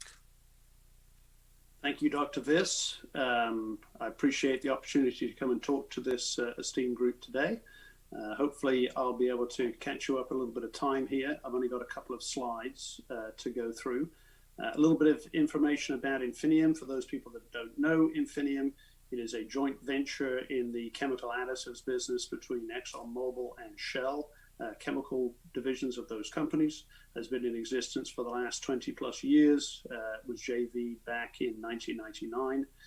And we're probably the only additive company that deals both with the lubes side of the business and the fuel side of the business.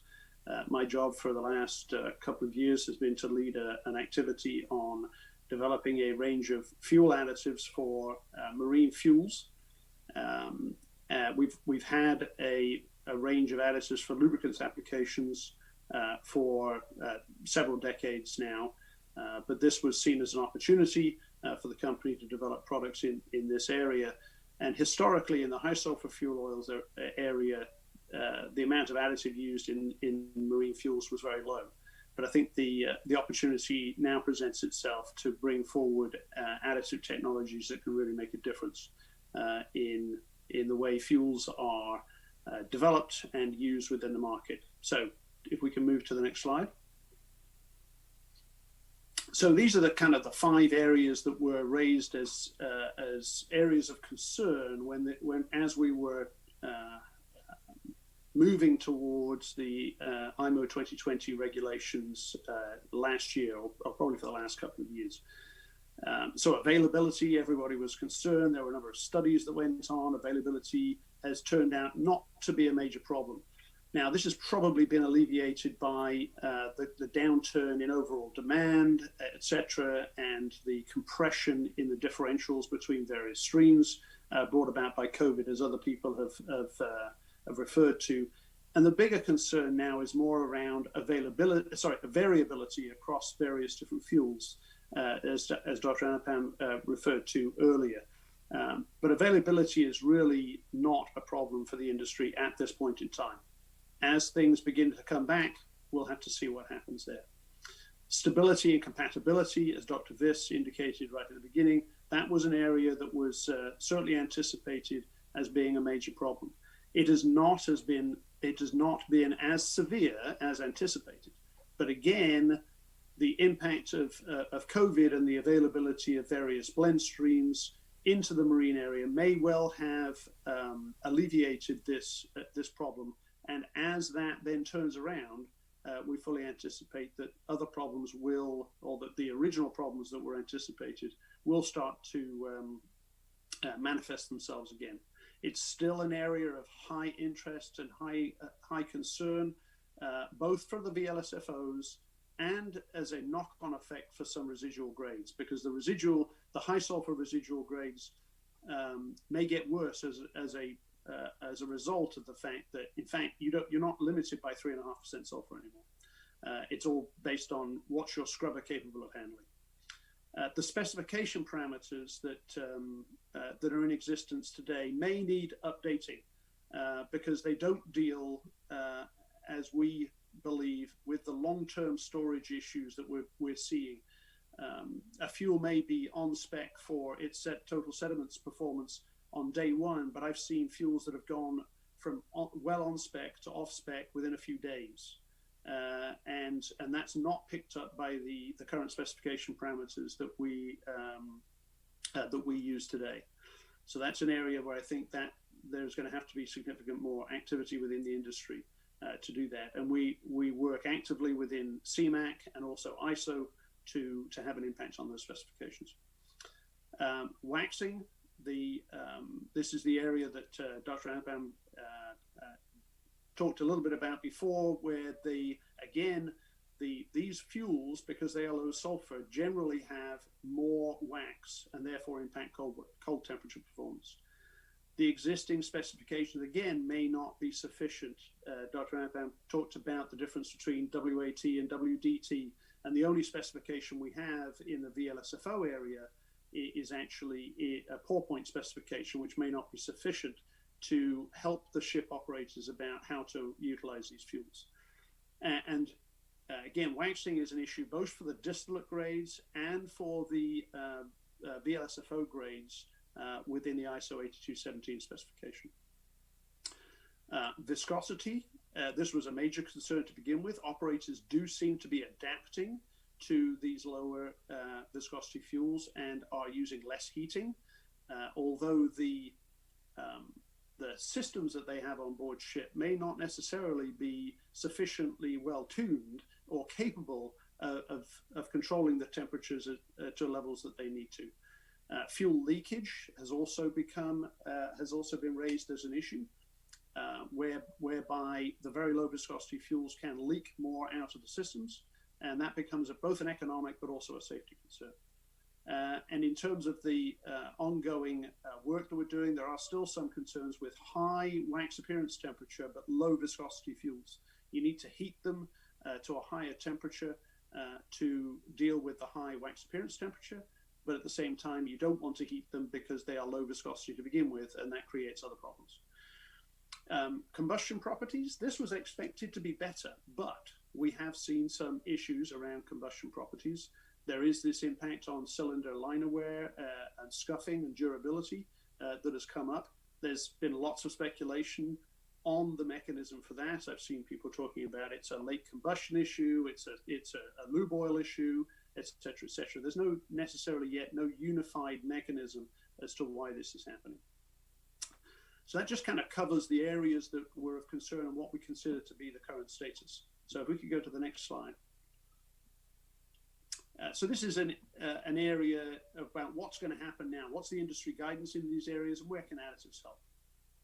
So in terms of the stability and compatibility, the total sediments test is still only still the only real measure available of fuel stability. The TSP test is the reference. Guidance has been published by CMAC, and that has been well accepted by the industries. But some of the tests that people are using out there in the industry are just simply not suitable, and CMAC have pointed those out. In fact, if we can go to the next slide. Oh, there should be another slide after that. This is the list of tests that CMAC has said are suitable for assessing stability and compatibility of marine fuels. Anything that's not on this list, they have sort of said is not applicable for that. So this is just a reference for people. So we can go back to the previous 2 slides before.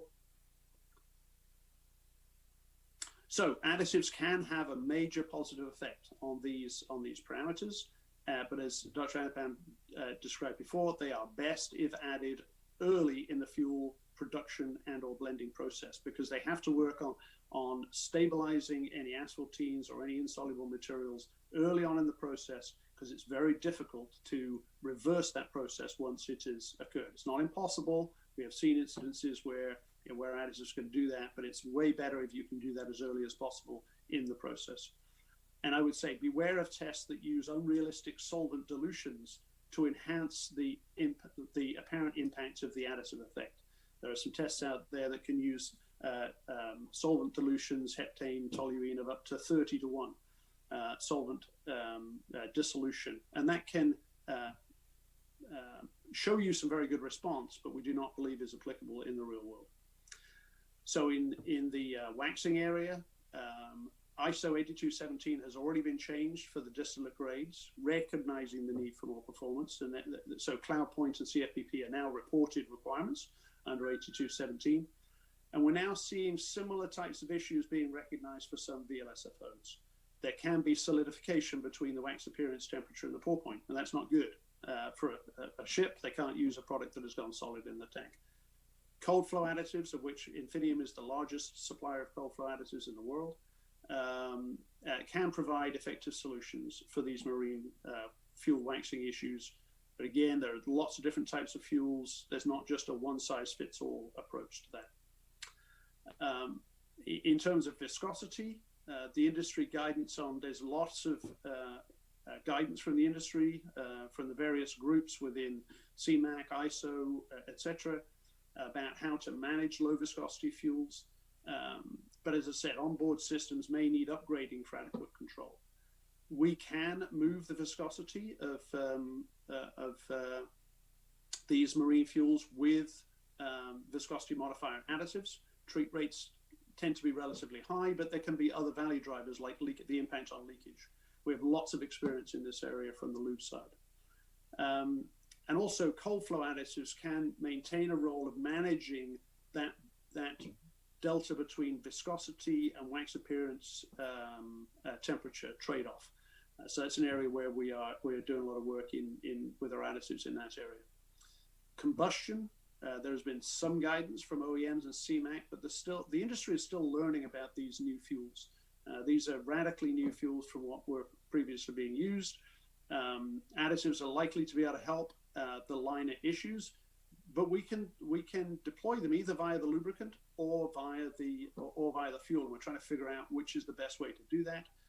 But the other thing I'd like to say is additives, I think, will be a major enabler for renewable liquid fuels and some alternative fuels into the future. So all the conversations about decarbonization, I think additives are going to be even more of a contributor to those developments as they go forward.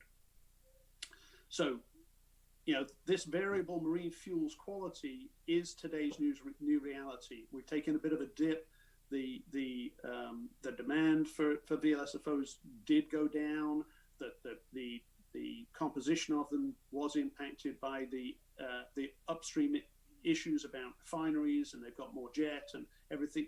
All of the lighter molecules are tending to be pushed down the column a little bit.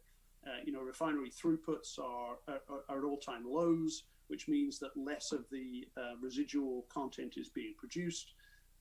But that will come back. We'll be back into an environment where the variability across the marine fuels will be back. We will see issues, and effective fuel additive technology is a key enabler to allow trouble-free operation in the marine industry.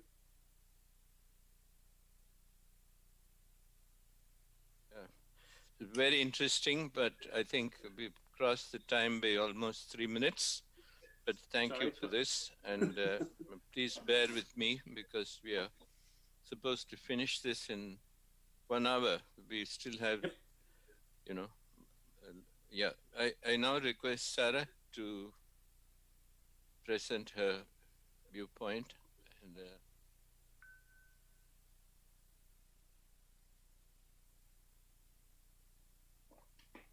Good morning. So I guess this is quite interesting as we've had the different, as we've had the different perspectives brought together of the views of the testing aspects, what additives are out there, what our goals are. And I think as a bunker producer, a bunker blender, a bunker supplier, and then also the logistics, we really have a great opportunity to wrap all of this together. Next slide. I'm the managing director for Bunker One USA, and we started off as a relatively very small company. Since then, as a company of physicals, we have grown to operating in 22 locations across the world. Why do I mention this? Because it gives us a great deal of perspective of not only what's happening in our backyard, but what's happening across the shipping routes. Next slide, please. One of the things that Bunker One went out and did in the very beginning is that we didn't want to go out and be a vendor or a producer to just initiate in 2020. We needed to build out a very strong foundation, create diversity, and understand what the agility needs were, not for ourselves as a vendor, but for ourselves as a partner to the shipping industry. And I know during the whole 2018, 2019 speaking circuits, I'm sure that there are people that cringed every time I said, we're not here to be your fuel supplier, we're here to be your partner into 2020. But we really, really meant that, which is why we brought in the right people and went forward in establishing what our standards were and what our standards needed to be held within the industry. Next slide, please. That being said, we established our qualities, our consultancies, and then we created very important delivery mechanisms. And what do I mean by that? Meaning that our testing applications needed to be not only from the refineries were partnered with, not from our storage, but all the way through cradle to grave, meaning that once it was delivered, we had control and consistency and tried to create that as a benchmark within the industry, which has worked very, very well for us. Next slide, please. Next slide. So as an industry, let's look at where we came from, and these have been touched on. It was a very well-planned transition. We were all concerned about what the avails were going to be, whether those avails were for a high sulfur fuel oil, whether those avails were for a very low sulfur fuel oil, to balance what the cleans for the marine gas oils were going to be, as well as the very low sulfur fuel oils across the board. There were immense amounts of models that were thrown out there of what the differentials were going to be, the cost savings. And because the markets are extremely efficient across the board, and then they also adapt to what your socioeconomics are, what your health world economics are, and the economies around the world. And that has been something that's been interesting to watch the refineries cut back on their crudes, which then obviously cut back on the very low sulfur fuel oils that are in the market. It has tightened it, and then it has also released it. And so it's been very, very interesting to see where 2020 seemed to be what many in the industry thought that the refineries were going to cash in on, the blenders were going to cash in on. And honestly, it has really been an interesting development of what the shipping industry's pricing mechanisms were, because it's really gone to a buyer's market.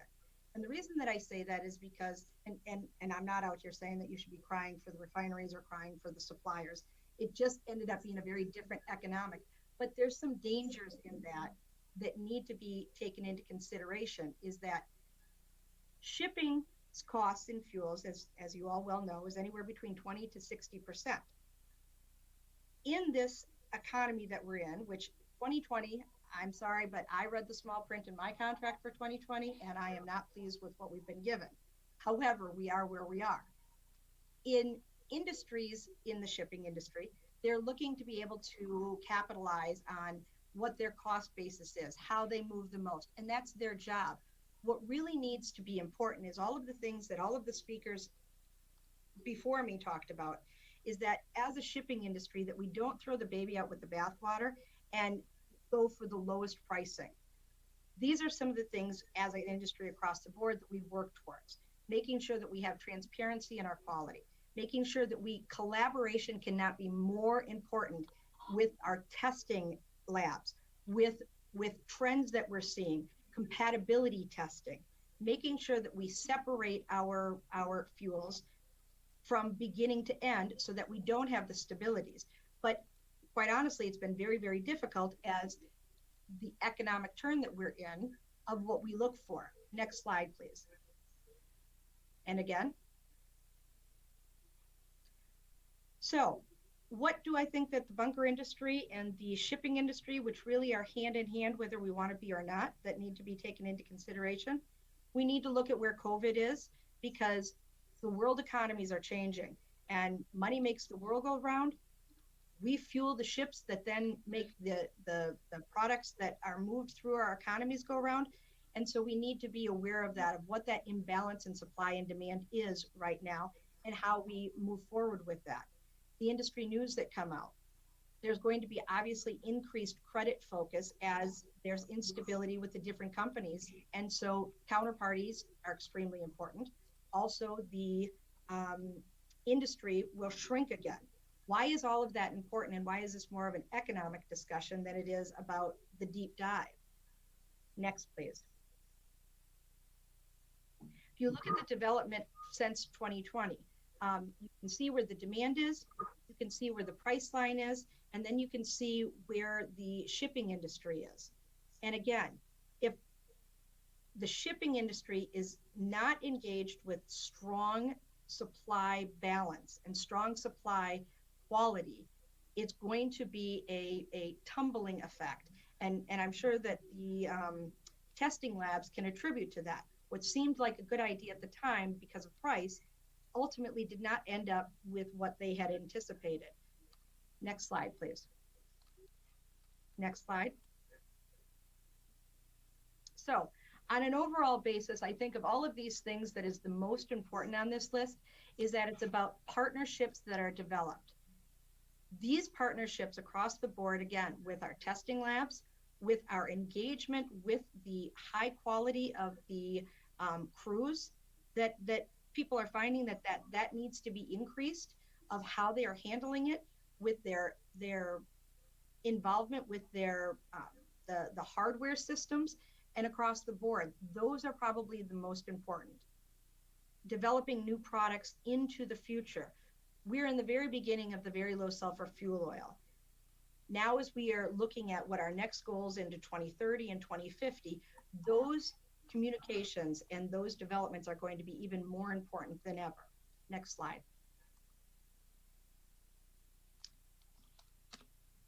All of that is common sense that's up there.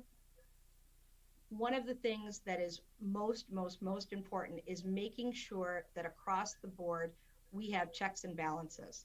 And again, many of my supplier counterparts probably would not be very thrilled with me having those statements, but it is extremely important for those checks and balances. These feedstocks that come off from different areas all have the different components that have been presented already. Making sure that we understand what those compatibilities are, and also having the transparency of not only from us as a supply partner, but from the vessels that we are fueling. And if there are problems, making sure that we're in those communications, not that we're just pointing fingers of this is your responsibility or this is your fault. I think that as an industry, we really continue to need to come together of having information shared instead of being competitive to the sides, that we need to come together, because ultimately we have a big challenge in front of us, whether it wants to be discussed or not. And so I think having this forum of the deep dive and what some of the challenges are from delivery to burning within the vessel is extremely important. Next slide. On an overall basis, there are going to be challenges. Challenges will always be there. When it gets difficult, that's when innovation will happen. If you look at where our shipping industries have gone, from wind to coal to fuel oils and now into alternative fuels, the technologies that will be developed with artificial intelligence and the operations within our ships will become far more advanced than we've ever thought. And the trajectory of that is probably going to be more valuable than what I've been, a quote that was floated out with some of the alternative fuels symposiums that we've been. What's going to be developed in the next probably 10 to 20 years will be more significant than the development of the light bulb. And when you just kind of take a step back and think about that, we have a lot of work to catch up together as a group, not as individuals. So thank you very much. Thank you for all of the information that you gave forward, and we appreciate this forum. Thank you, Sarah. First of all, I would like to apologize to each and every one of you that we couldn't give you adequate time to express yourselves. And that's, I guess that's the way it has been set up. So please forgive me if I was pushing you. As it is, we are behind time. But this is, as Sarah pointed out, a wonderful collection of experts here. And one is a new additive, another one is a very big additive company. Then we have Ultra Clean, which removes sulfur big time. And then, of course, it's a very ethical and highly principled supplier. I don't think you can get a better collection. And also, some of these people are going to be with us forever because they put their name in it. Sarah Shipman Myers. How can she ever go out of ships? Okay. And then Peter Lindsay, Purify Fuel. No, he's you know. So they made sure that their name established a certain continuity and consistency with the industry itself. I just have two very brief comments. One is one way we could have shortened the time is if this does not apply to everyone who spoke here, but if you just spoke about your expertise and what you have to say, not to make comments on the general industry condition, what will it be 5 years, 10 years, that will be covered over and over again all the time. Okay, I myself covered it.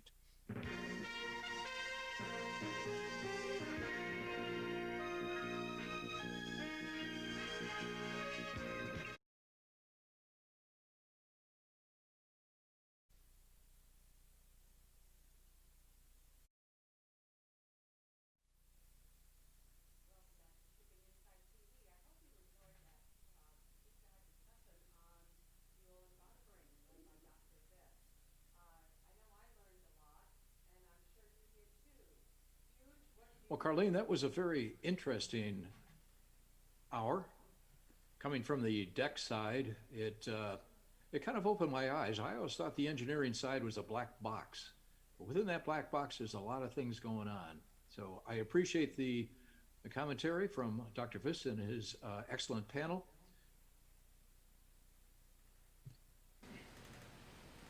And now it's ready to go on to our next panel, which immediately follows fuel and bunkering. We're going to be talking about energy alternatives. And Sergio Garcia of DNV is our host.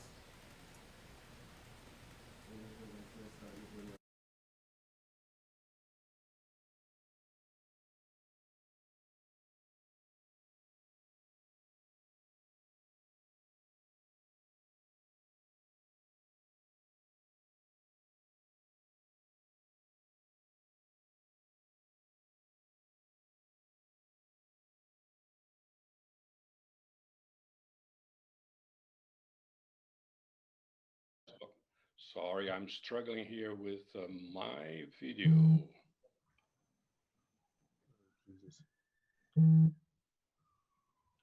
Well,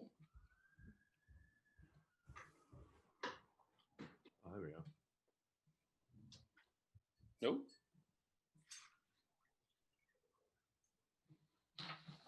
Somehow struggling with my video, but I think I'll start. We have, I believe, all of our panelists already in. So good morning, and on these virtual times also can be good afternoon or good evening, depending from where in the world you're joining us. Welcome to Shipping Insight 2020, Vision for the Decade. This is our deep dive on alternative fuels or alternative energy. My name is Sergio Garcia. I'm the head of communications for DNVGL Maritime. DNVGL is a proud host, and I'm delighted to be the moderator for this panel. We do have 7 distinguished speakers whom I'll introduce before each one will be addressing some of the alternatives. But first, on behalf of all the panelists, I would like to thank and congratulate the Shipping Insight team for bringing this event to a virtual platform this year due to the pandemic restrictions. It is important for the industry to have this opportunity to debate the topics of interest. We wish all in attendance are healthy and stay safe. The structure of this session will be a short opening overview from my side, followed by each presentation, then a live poll, and close to the end, ran by the organization, and then a Q&A. So for those in attendance, please post your questions on the chat function. It is a tight schedule. I have asked the speakers to convey their message within the allocated time, and I'll remind them about that. We also have the pleasure of having Eric Nagel, the Director of Atlantic Aframax and Global Support Services for TK Tankers, as our anchor. The aim is for the anchor is to be this sounding board from an operations perspective on the various alternatives presented today. So I'll ask Eric's input at the end of each topic. So for my introduction, I think it's important for us to be on the same page. Why are we talking about alternative fuels or alternative energy in large scale? And what do we mean by alternative fuels in this context? Last year's, the industry has focused on January 1st, 2020 sulfur cap. Now the attention goes to the IMO strategy on reduction of greenhouse gases with some related milestones requirements by 2023, by 2030, by 2050, and aiming at zero emissions as soon as possible within this century. We know that greenhouse gases can be reduced with less fuel consumption by operational efficiency, like technical means, logistic optimization, etc. However, all with limited emission reductions, which will help for short-term goals. But only replacing fuel oil as we know today will effectively lead the industry to reach the IMO goals. Therefore, we all need to continue working together to develop and apply alternative fuels to ships. There is no silver bullet, no one size fits all, but there are alternative fuels which will allow for a flexible transition and allowing for the ships to last longer and be economically viable. Despite some of these milestones being by 2030, 2050, which by some people maybe seem distant, we as an industry have a long way to go.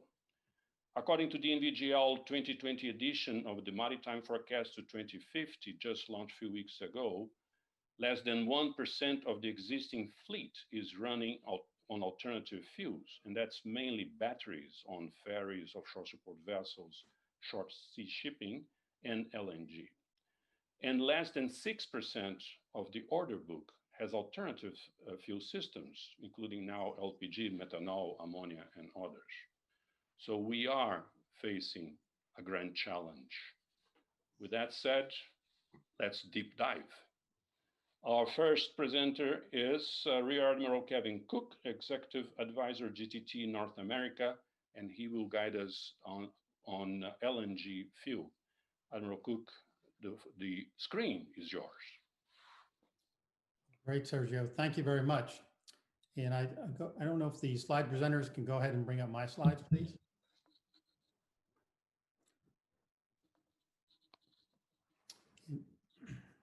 Well, while they're pulling up the slides, let me just go ahead and do a little bit of an introduction. For those of you who may have known me in my Coast Guard career, you know that my focus has been the transportation of hazardous materials safely, securely, environmentally sound throughout the globe. A lot of IMO work, a lot of US regulations, a lot of time on the US Gulf. So when the opportunity to go with GTT as an executive advisor came along, it was a natural jump for me. They opened up a Houston office. They're a French company, so this was a big step to open the Houston office, and it's to focus on LNG as fuel. So what I'll try and do is give you the best picture I can of LNG as fuel and the growing infrastructure and kind of a general worldwide picture. By way of introduction, GTT is traded publicly on the Paris Exchange, and they are really the global leader in LNG containment technology. So, but they are used quite extensively in LNG carriers. Today, we're just going to focus on LNG as fuel. I have more than a handful of slides that I want to go through that hopefully we'll see here soon to go ahead and give you the journey, a little emphasis on the journey of LNG as fuel, so that behind me, John Hadley can go ahead and give you a better picture of some of the most recent elements. So, let me just ask you, Sergio, are you seeing the slides? Yes. Oh, you are, great, because it's not showing on mine. So I would ask that we go to the third slide. And there we see that it's really the environmental performance of LNG stacked up against HFO, HFO with a scrubber, and low sulfur fuel. And you can see that across the board, LNG has a really good performance. So in the past, SOx and NOx and particulates were the focus. Now we're also looking quite a bit at CO2, and you can see that it provides a 25% reduction there. And there's also a lot of ongoing work with bio LNG and synthetic LNG that will continue to see that percentage grow as those are woven into the infrastructure. And some people even envision a future where LNG is not only a transitional fuel, but is a pathway to zero carbon. Next slide, please. I always like to show this slide just for people that choose an environmentally compliant method. Sometimes there's unintended consequences. In this case, these are areas that have special concerns for open loop scrubbers, and it makes it an operational nightmare for companies trying to comply. Whereas if we're able to go to a fuel like LNG, which provides that level of reduction in sulfur, it also opens up the door for many other ease of operations. So the next slide, please. And that is the IMO timeline. And that's really the driver behind this new look at CO2. So the first couple of years on the timeline there, 2022, 2025, that's where rules are going to come into play for existing ships, such that they're going to make some reductions to help meet the first concrete goal, which is a 40% reduction in carbon intensity by 2030. Then, of course, there'll be more new ships built, tighter standards, and more alternative fuels brought in, and to reach the IMO goal of 50% reduction of CO2 by 2050. So that's going to be a driving force. And in fact, later this month, the IMO Greenhouse Gas Reduction Work Group will be meeting in virtual session for the first time this year. But they've been working hard in the background and looking very strongly at short-term measures which will affect existing ships before 2025. Next slide, please. This is just a very quick overview to give you a picture of new LNG fueled ships as well as those that are on order.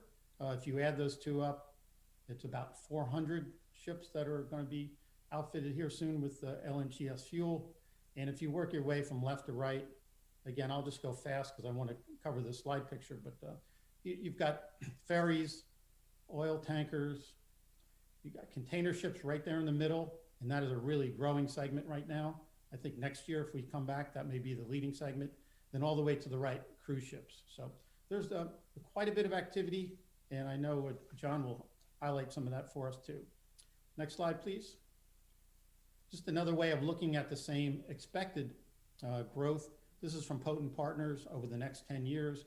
They're expecting something like 3,000 new LNG fueled ships to be added to the fleet. The two bar graphs are their lowercase of 2,500, their uppercase of 3,400, but essentially those same ship types are emphasized again that we talked about in the last bar graph. Next slide. And next slide. So this is going to give you a very quick walk through the infrastructure as it continues to develop. So you see Europe is quite dense at this point over on the left. Where there's crowns, there's actually LNG vessels available.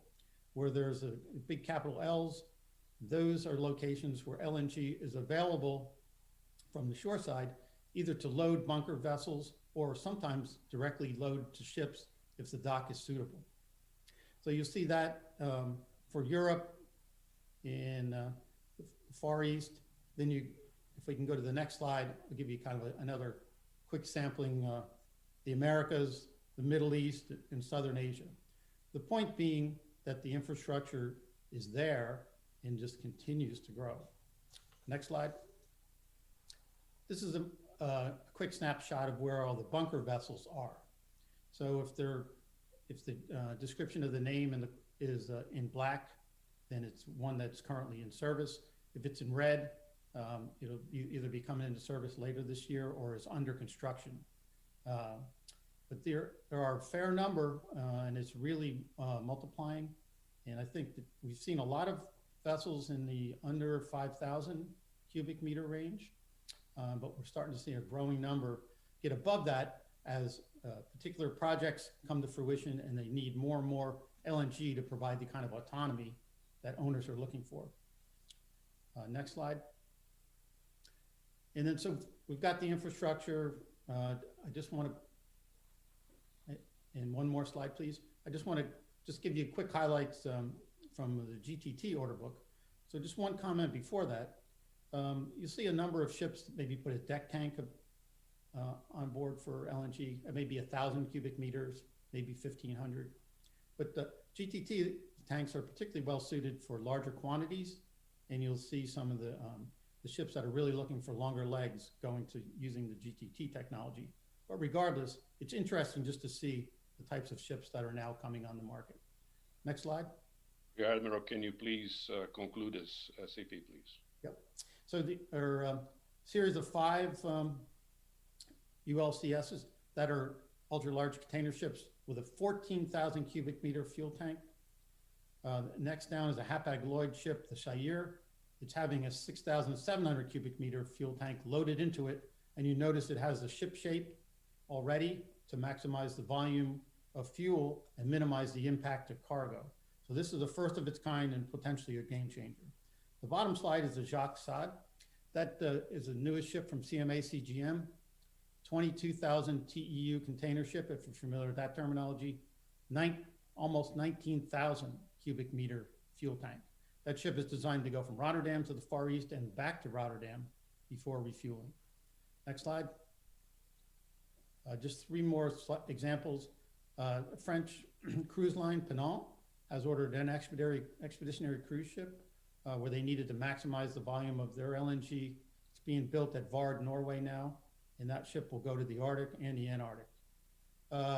MOL built the bunker ships that are compatible with the large CMA CGM ship I just mentioned. That's the very first one delivered, now operating in Rotterdam, just about 19,000 cubic meter capacity. And finally, MOL has a bunker vessel being built at Semcorp and it's going to service Singapore, 12,000 cubic meters, so that'll be out soon. And I think with that, it just really, my point is LNG is a viable fuel now. It has potential in the future for further reductions with synthetic and biofuel. And also the number of ships and the interesting arrangement of ships and bunker ships are all filling out faster than we can really keep track of. So with that, I look forward to John picking up and finishing the LNG story. Thank you, Rear Admiral. Yes, our next speaker is John Hatley, America's VP Marine Solutions and Director Market Shaping at Wärtsilä, also to guide us on LNG as fuel. Please, John. Thank you very much. Is my speaker on okay? Yes. Excellent. And the title of today, and I thank the Admiral for the introduction here, is that there is a major move towards the technology acceptance of LNG as a great transitioning fuel into the future. So I'm going to present today a business case where we compare the 2 alternatives of LNG fuel versus a more traditional high sulfur fuel oil with scrubber alternative, in particular in alignment with the Poseidon Principle loans. Next slide, please. So the basic end summary is that, and we'll come back to this, that the LNG fuel ship extends the CO2 compliance runway 7+ years into the beneficial low interest rate Poseidon Principle loans. And these loans are established to help support the IMO greenhouse gas ambitions, all leading to a cleaner planet. Next slide, please. So the case is, for example, here we have a 210,000 deadweight ton Cape size. The challenge is, what does the LNG provide against the alternative high sulfur fuel and scrubber? And the focus here will be on the compliance years within the beneficial Poseidon Principle loan cover. It's all green ships being driven by the IMO mandates and ambitions to clean up our planet. So we have a new build entering into service 2022. Next slide, please. The run that we chose was the traditional run for mini bulk carriers from Australia to China. And let's dive straight into the Poseidon Principles. June of 2019, they came into effect. This is the first full year of review where the banks will be submitting in November, next month, the scores across the portfolio of their ship loans. Today, there's 150 billion, that's with a B, US dollars in this loan portfolio amongst 15 major banks and leasing groups, and is to provide responsible finance to meet these IMO ambitions. And the funds are typically provided under a form of sustainability linked loans keyed on tracking the AER metric. Next slide, please. This is a direct pull out from the Poseidon Principles catalog where they describe the AER, the average efficiency ratio. You can see it circled in orange. The numerator is the total sum of fuel over the year times each fuel weighted carbon intensity value. And there's a key outcome to this because you can see the denominator has the dead weight times the distance. It's a measure of transport work. The outcome is that that AER score for each ship should track well below the IMO guidance value. And this would provide then the vessel remaining within the fold. If it's teetering on the edge, it's a question mark. And if it falls out, perhaps it might lose its Poseidon Principle loan privilege of low interest rates. Next slide, please. On the right, you will see again a pullout from the Poseidon Principles chart. The bottom scale is years, the vertical scale is carbon intensity, and that blue line has been shaded by me so the observers here can see it's a downward trend from 2012, upper left, to lower right, 2050. There are financial consequences. The man pictured here is Hugo de Stoop. For those who don't know him, he's the CEO of Euronav, who has a fleet of several dozen tankers consisting principally of VLCCs and Suezmaxes. Last week, he said at a virtual conference, remarks relating to when a ship falls out of compliance, and he said, quote, "It's not a question of obtaining refinancing at a price," meaning higher interest rate, quote, "It's really a question of can one find refinancing, yay or nay?" Next slide, please. So the culprit we see is the fuel that's been burned and the carbon generated. On the left, we have weak markets. On the right, we have normal markets.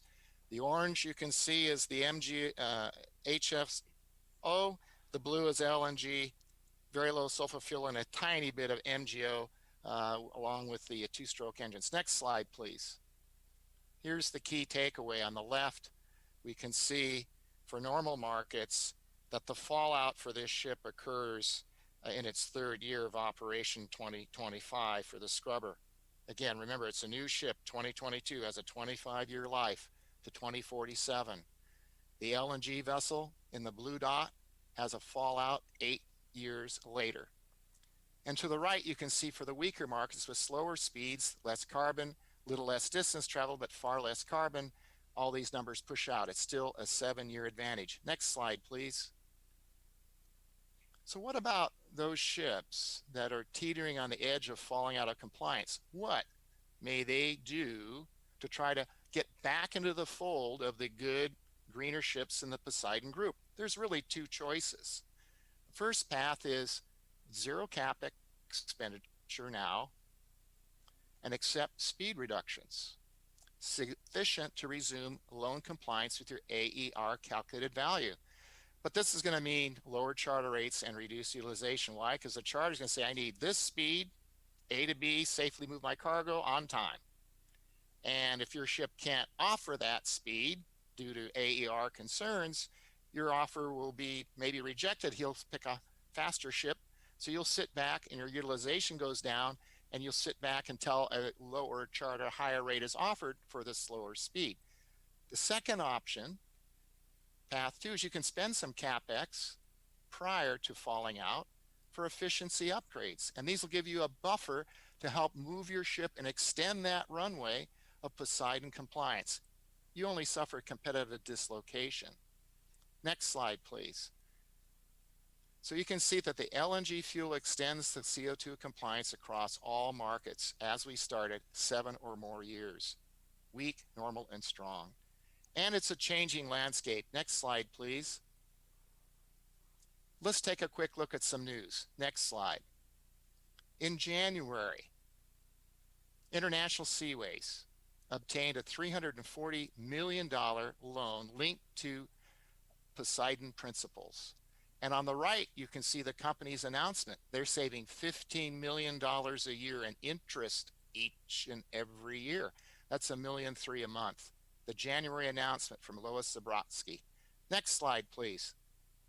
John, if you may close. I have one slide, and that's it. And we're done, sir. I think I'm on time. Next slide, the last slide. We don't have a last slide. Anyway, Lois was still talking about this last week at the same virtual conference with Hugo de Stoop, that they have now a AER value that's promoted to their stockholders quarterly, and they're proud of remaining within the AER scores for Poseidon Principle compliance. That's it. Thank you very much, John. Eric, I'd like to bring you up. We heard about LNG as a fuel from the logistics side, and also from the incentives on finance through the Poseidon Principle, which is a key element on the greenhouse gases reduction. So your summary views on LNG as fuel, please. My summary views on LNG. Thank you very much, Sergio. It's very encouraging to see Admiral Cook's slides that suggest that we are seeing the infrastructure for LNG continuing to develop, predominantly in Europe and Asia. The United States, it's interesting. I see these platforms and working in the U.S. We all know that we have an abundance of LNG as a resource. And it's been interesting to see that develop, perhaps a little bit slower. I'm encouraged to see the future. Putting my own personal view on it, I can think back to 2012, working on a shipbuilding project where we looked at the potential with a customer to implement LNG technology. The biggest concern was that the infrastructure wasn't quite there yet, and it was a bit of a chicken and egg. So very encouraged to see that. With regards to the Poseidon Principle that John has spoke about today, I think this is the forefront of all ship owners' minds right now, looking into the future. I know the company that I work for at TK, we recognize that our sustainability is a primary focus point right now as we move towards 2030 and further into the future. My express view would be that the Poseidon Principle is going to encourage owners to move towards the greener technology. LNG seems to be a readily available solution, one that is fit. I think the interesting slide that John had was the alternatives to either slow steam and reduce your rate versus invest CapEx. Really, I think what this says to me is that there is going to be a lot of pressure on the current world fleet in all segments to potentially look at fleet renewal. Speaking specifically for the conventional oil tanker trade, the challenge that we have as an industry is getting that return on investment for investing CapEx on ships, particularly coming up on their second special survey, and the runway that you would get for that investment in LNG technology. But certainly LNG seems to be a proven technology that moves us forward in a positive meaning. Gentlemen, I appreciate your presentations today. Thank you for your insights as well, Eric. So we will move to the next speaker, John Eltringham, Project Director at Schulte Group, who will guide us through the use of hydrogen and ammonia. John, the mic is yours. Morning, everyone. Can you see the presentation? Thank you. Just a quick introduction of Schulte, slide 2, please. A German fifth-generation family-owned company, approximately 90 ships owned and 600 ships under management. We're also a global marine service provider, as shown. Slide 3, please. A year ago, Schulte set up a scenario strategy initiative and formed working groups from all sectors of the business to look at artificial intelligence, autonomy, and decarbonisation. I'm a part of the decarb team and here to talk about hydrogen and ammonia. Now, straight away, I'm going to say I'm not a chemist or an engine designer, so this is a bit of an update from a ship owner's point of view only. We were only months into the investigation phase when senior management came and asked, okay, John, if we order a new ship now and has to be future-proof and able to operate for the next 25 to 30 years, and by the way, we want to be zero carbon emission by then, what technology do we go for? Simple question, but wow, that's what ship owners with a difficult job of fleet renewal want to know. Believe it or not, the high-level answer is also fairly simple, as I'll explain later, but first some assumptions. Number one, slide 4, please. The less you burn, the less you emit. It's taken that ship owners, charterers will order ships with the best EDI rating and probably add a few bells and whistles, as mentioned in the earlier session, to squeeze the last efficiency percentage out of the optimized hull design. For example, air lubrication and maybe a flow improvement duct or something similar down there. Assumption 2, slide 5, please. There are many advancing technologies out there, including DC power systems, more use of shaft generators, batteries, fuel cells, even sails, etc. And they will all play their part in improving the efficiency of onboard power management. But what about the prime mover? When we started our investigation, I didn't know if the internal combustion engine would survive and go the same way as the car industry.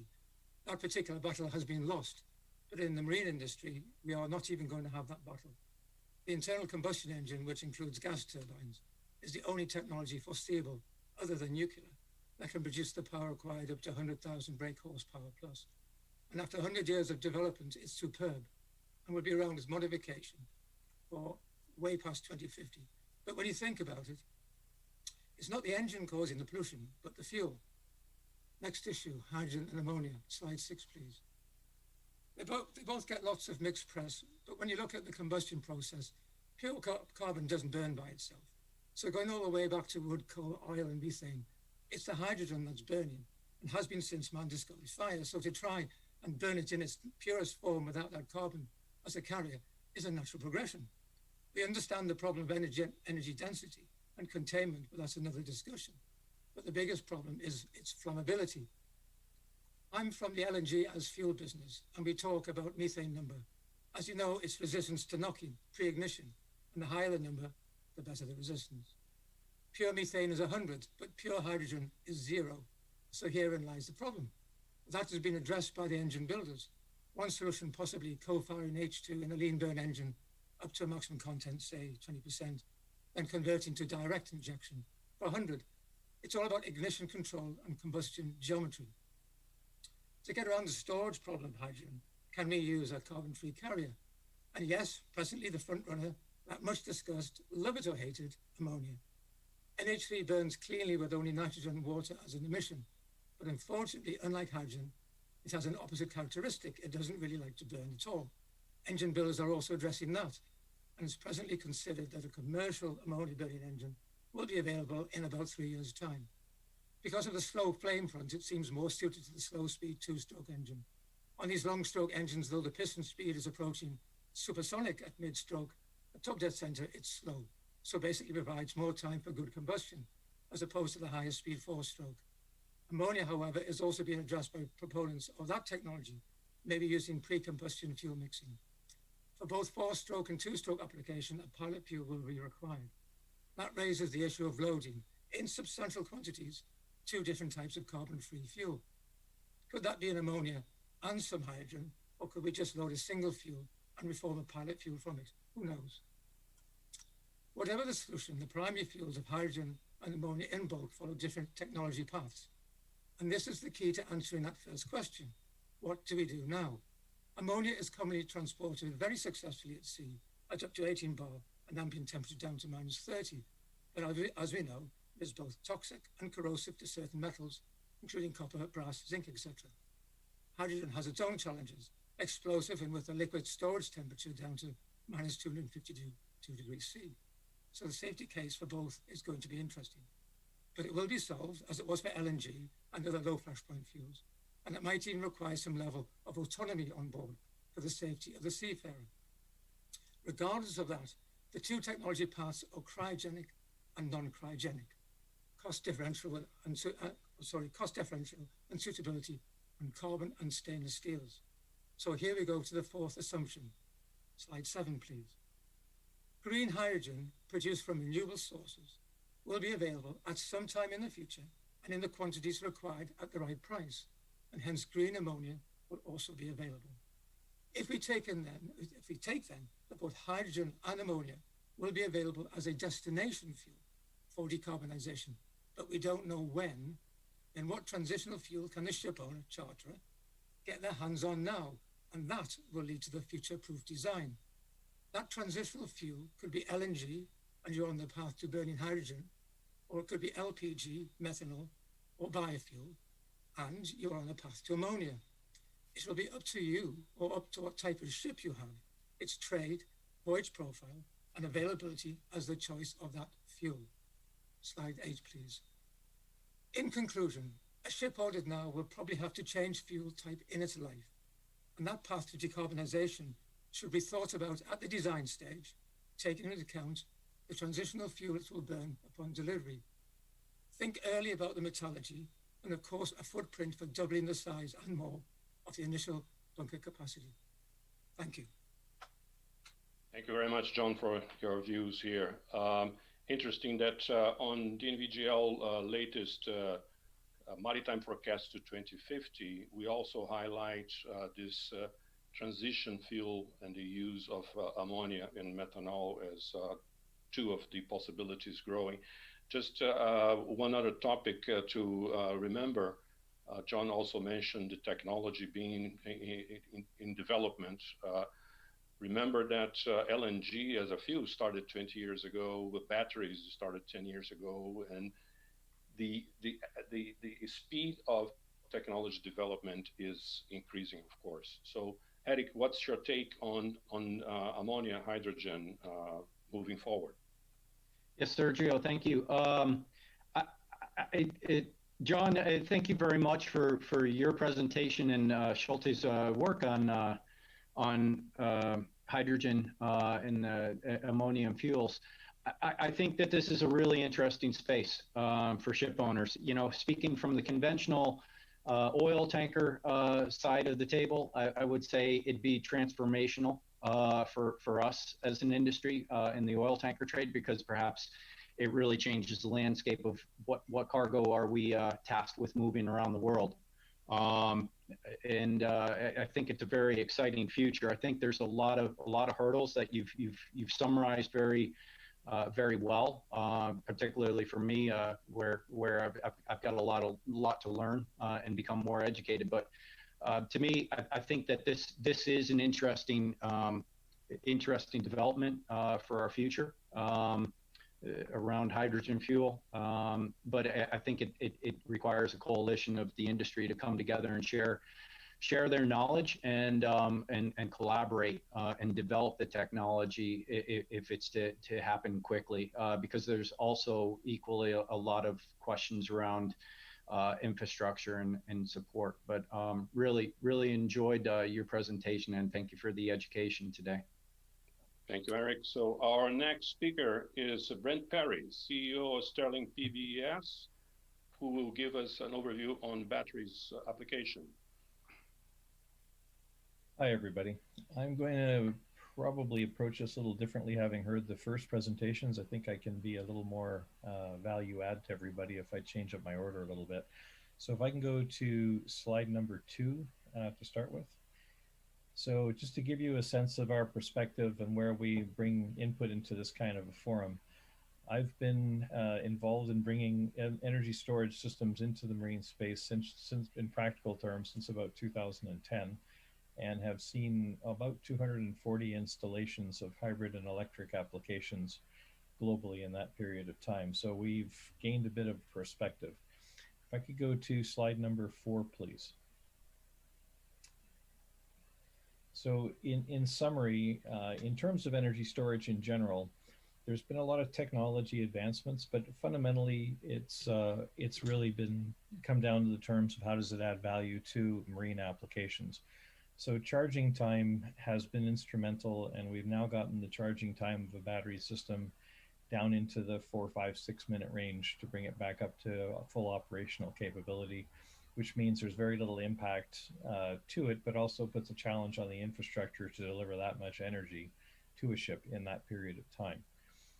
We've seen system sizes decrease significantly over the last 10 years, energy density has increased, energy capacity has increased, and the cycle life of the battery systems has increased drastically in the last 10 years. To give you a sense of scope, that's about 7 times more cycles than we would have achieved back in 2010 with a very similar base technology, if you wish. If I can go to slide number 3, please. So this is just a picture of a rough concept of a system. Almost every energy storage system in the world has similar architecture, and that the cells, which are the muscle, if you want, of a lithium battery, the modules which make up the elements, and we scale these up and down to develop the voltage DC range that is suitable for the ships that we work in partnership with. And then you have either an internal battery room similar to this, where you've incorporated your safety, your ventilation, your fire management, your integration into the ship's grid, and if you have, as in our case, liquid cooling system. So that's one way of installing batteries internally to a vessel. And if we can go to slide number 6. And then the second way, which is becoming much more, I think, relatively speaking, cost effective, is fully containerized system that are either all battery. In this case, now we're able to achieve about 2.2 megawatt hour in a 20-foot high cube container. Or we have these, and many people are offering these effectively as turnkey microgrids. So all of the AC conversion, in order for this to be a plug-and-play system on board a ship, so it literally can plug in, or it can be hardwired in and located anywhere within the vessel to suit the needs of the specific type of vessel that we're going. Those are pretty much the 2 variables we have in terms of installation options today. And if I can go to slide number 10, please. So given all of that, we kind of get down to the crux of the entire message here. Sorry, can you go back to slide number 7? My mistake. Thank you. And what does ESS do? And unlike everybody else that we're dealing with in today's presentation, I would tell you in most cases, when we're talking blue water boats, we're not talking fully electric operational capability. It's just not relatively intelligent enough. The battery ship would have to be bigger than the vessel that's actually making the transport of the goods. So what batteries are effectively is a time machine. We have a specific amount of contained energy, and one of the unique features of batteries is that they can charge and discharge in different ratings of time. So a 1 megawatt hour battery can discharge 5 to 10 megawatts of capacity for a specific period of time, and it can take 3 megawatt or 4 megawatt in charge, enabling it to get fully status operational within a very short period of time.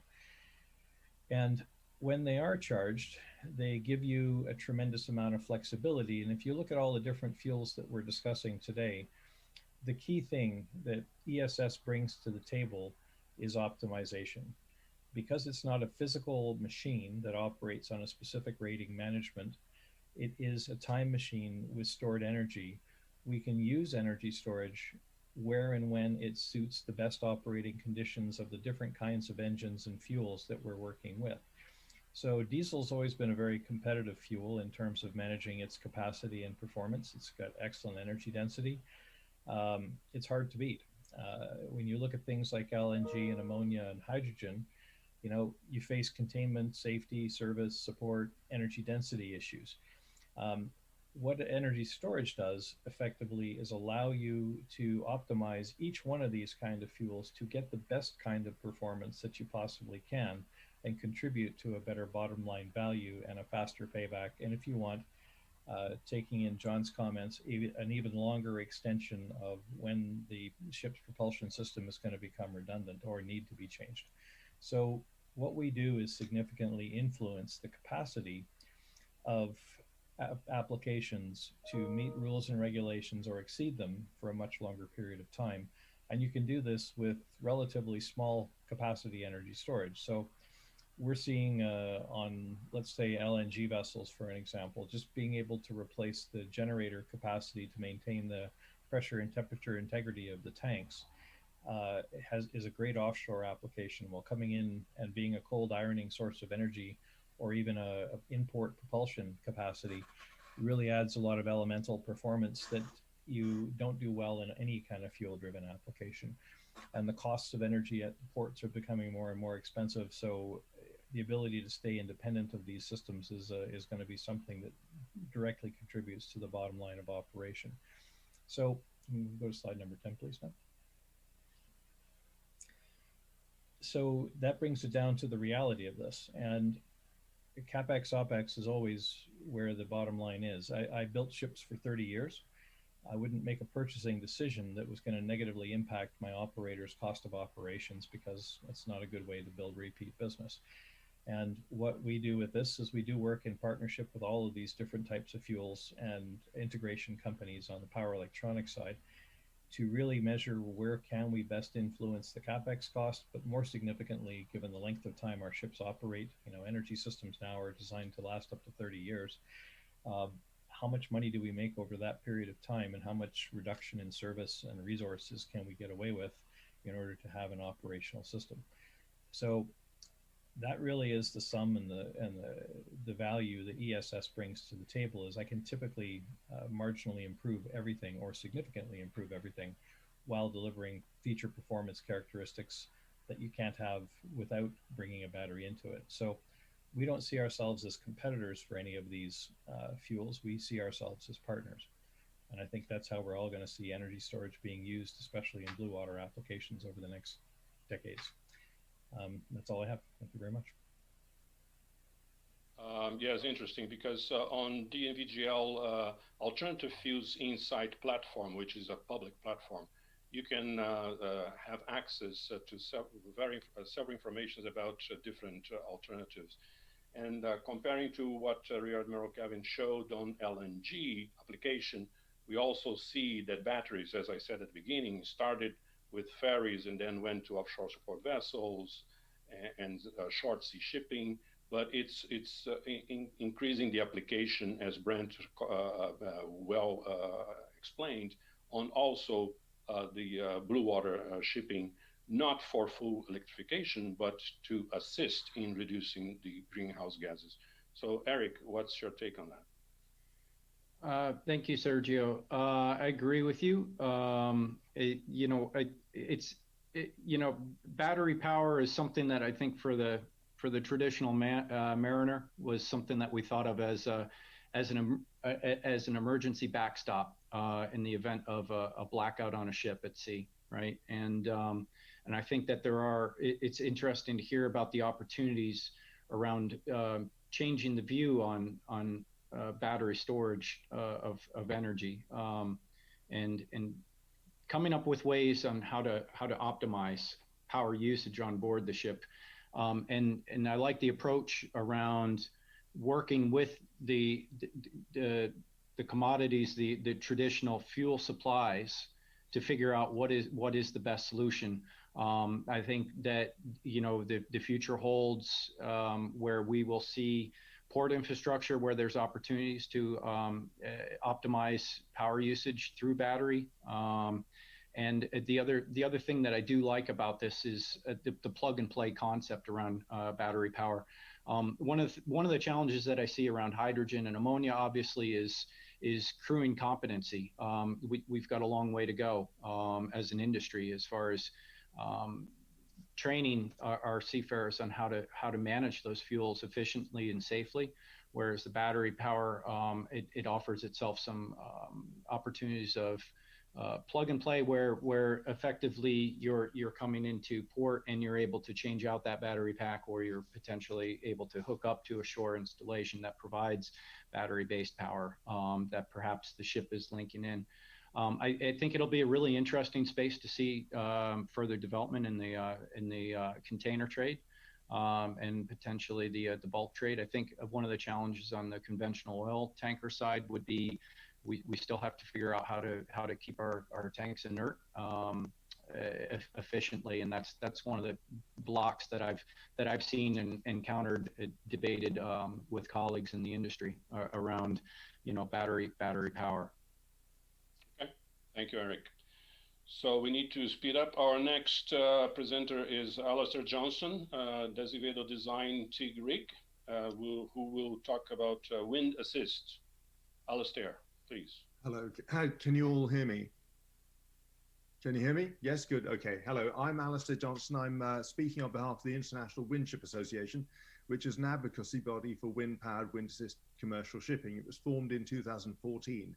Up to that point, all the designers of wind-assist devices were fighting over a non-existent cake. So the decision was made to grow the cake and then get back to fighting, which is where we are now.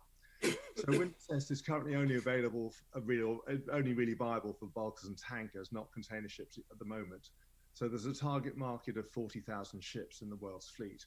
By the end of 2020, we'll have 34 ship installations. That's 39,966 to go, a market penetration of 0.085%. That's less than 1/10 of 1%. By the end of 2020, from existing contracts in the pipeline, that'll be 77 to 80, which is doubling to 0.2% penetration. So wind assist is not in its infancy, it's actually embryonic. Next slide, please. Here are some of the different forms of wind assist, some of which I'll be detailing later, but you can get all that information from the IWSA website. Next slide, please. Can wind propulsion deliver? Well, it certainly can. There are all sorts of studies showing how it can, and I'll go into that in more detail now. Next slide, please. So ship owners and operators will tell you that they would kill for 4% savings. Well, retrofit wind assist devices can currently deliver 5 to 10% fuel savings. And the question is, where is the interest? The land lesson. By 2004, wind-generated electricity on land cost 1/5 of its cost in the 1980s. By 2011, wind electricity cost less than coal. The prediction in 2017 was that by 2030, wind electricity would be 50% cheaper than it was in 2017. And this is all indirect power.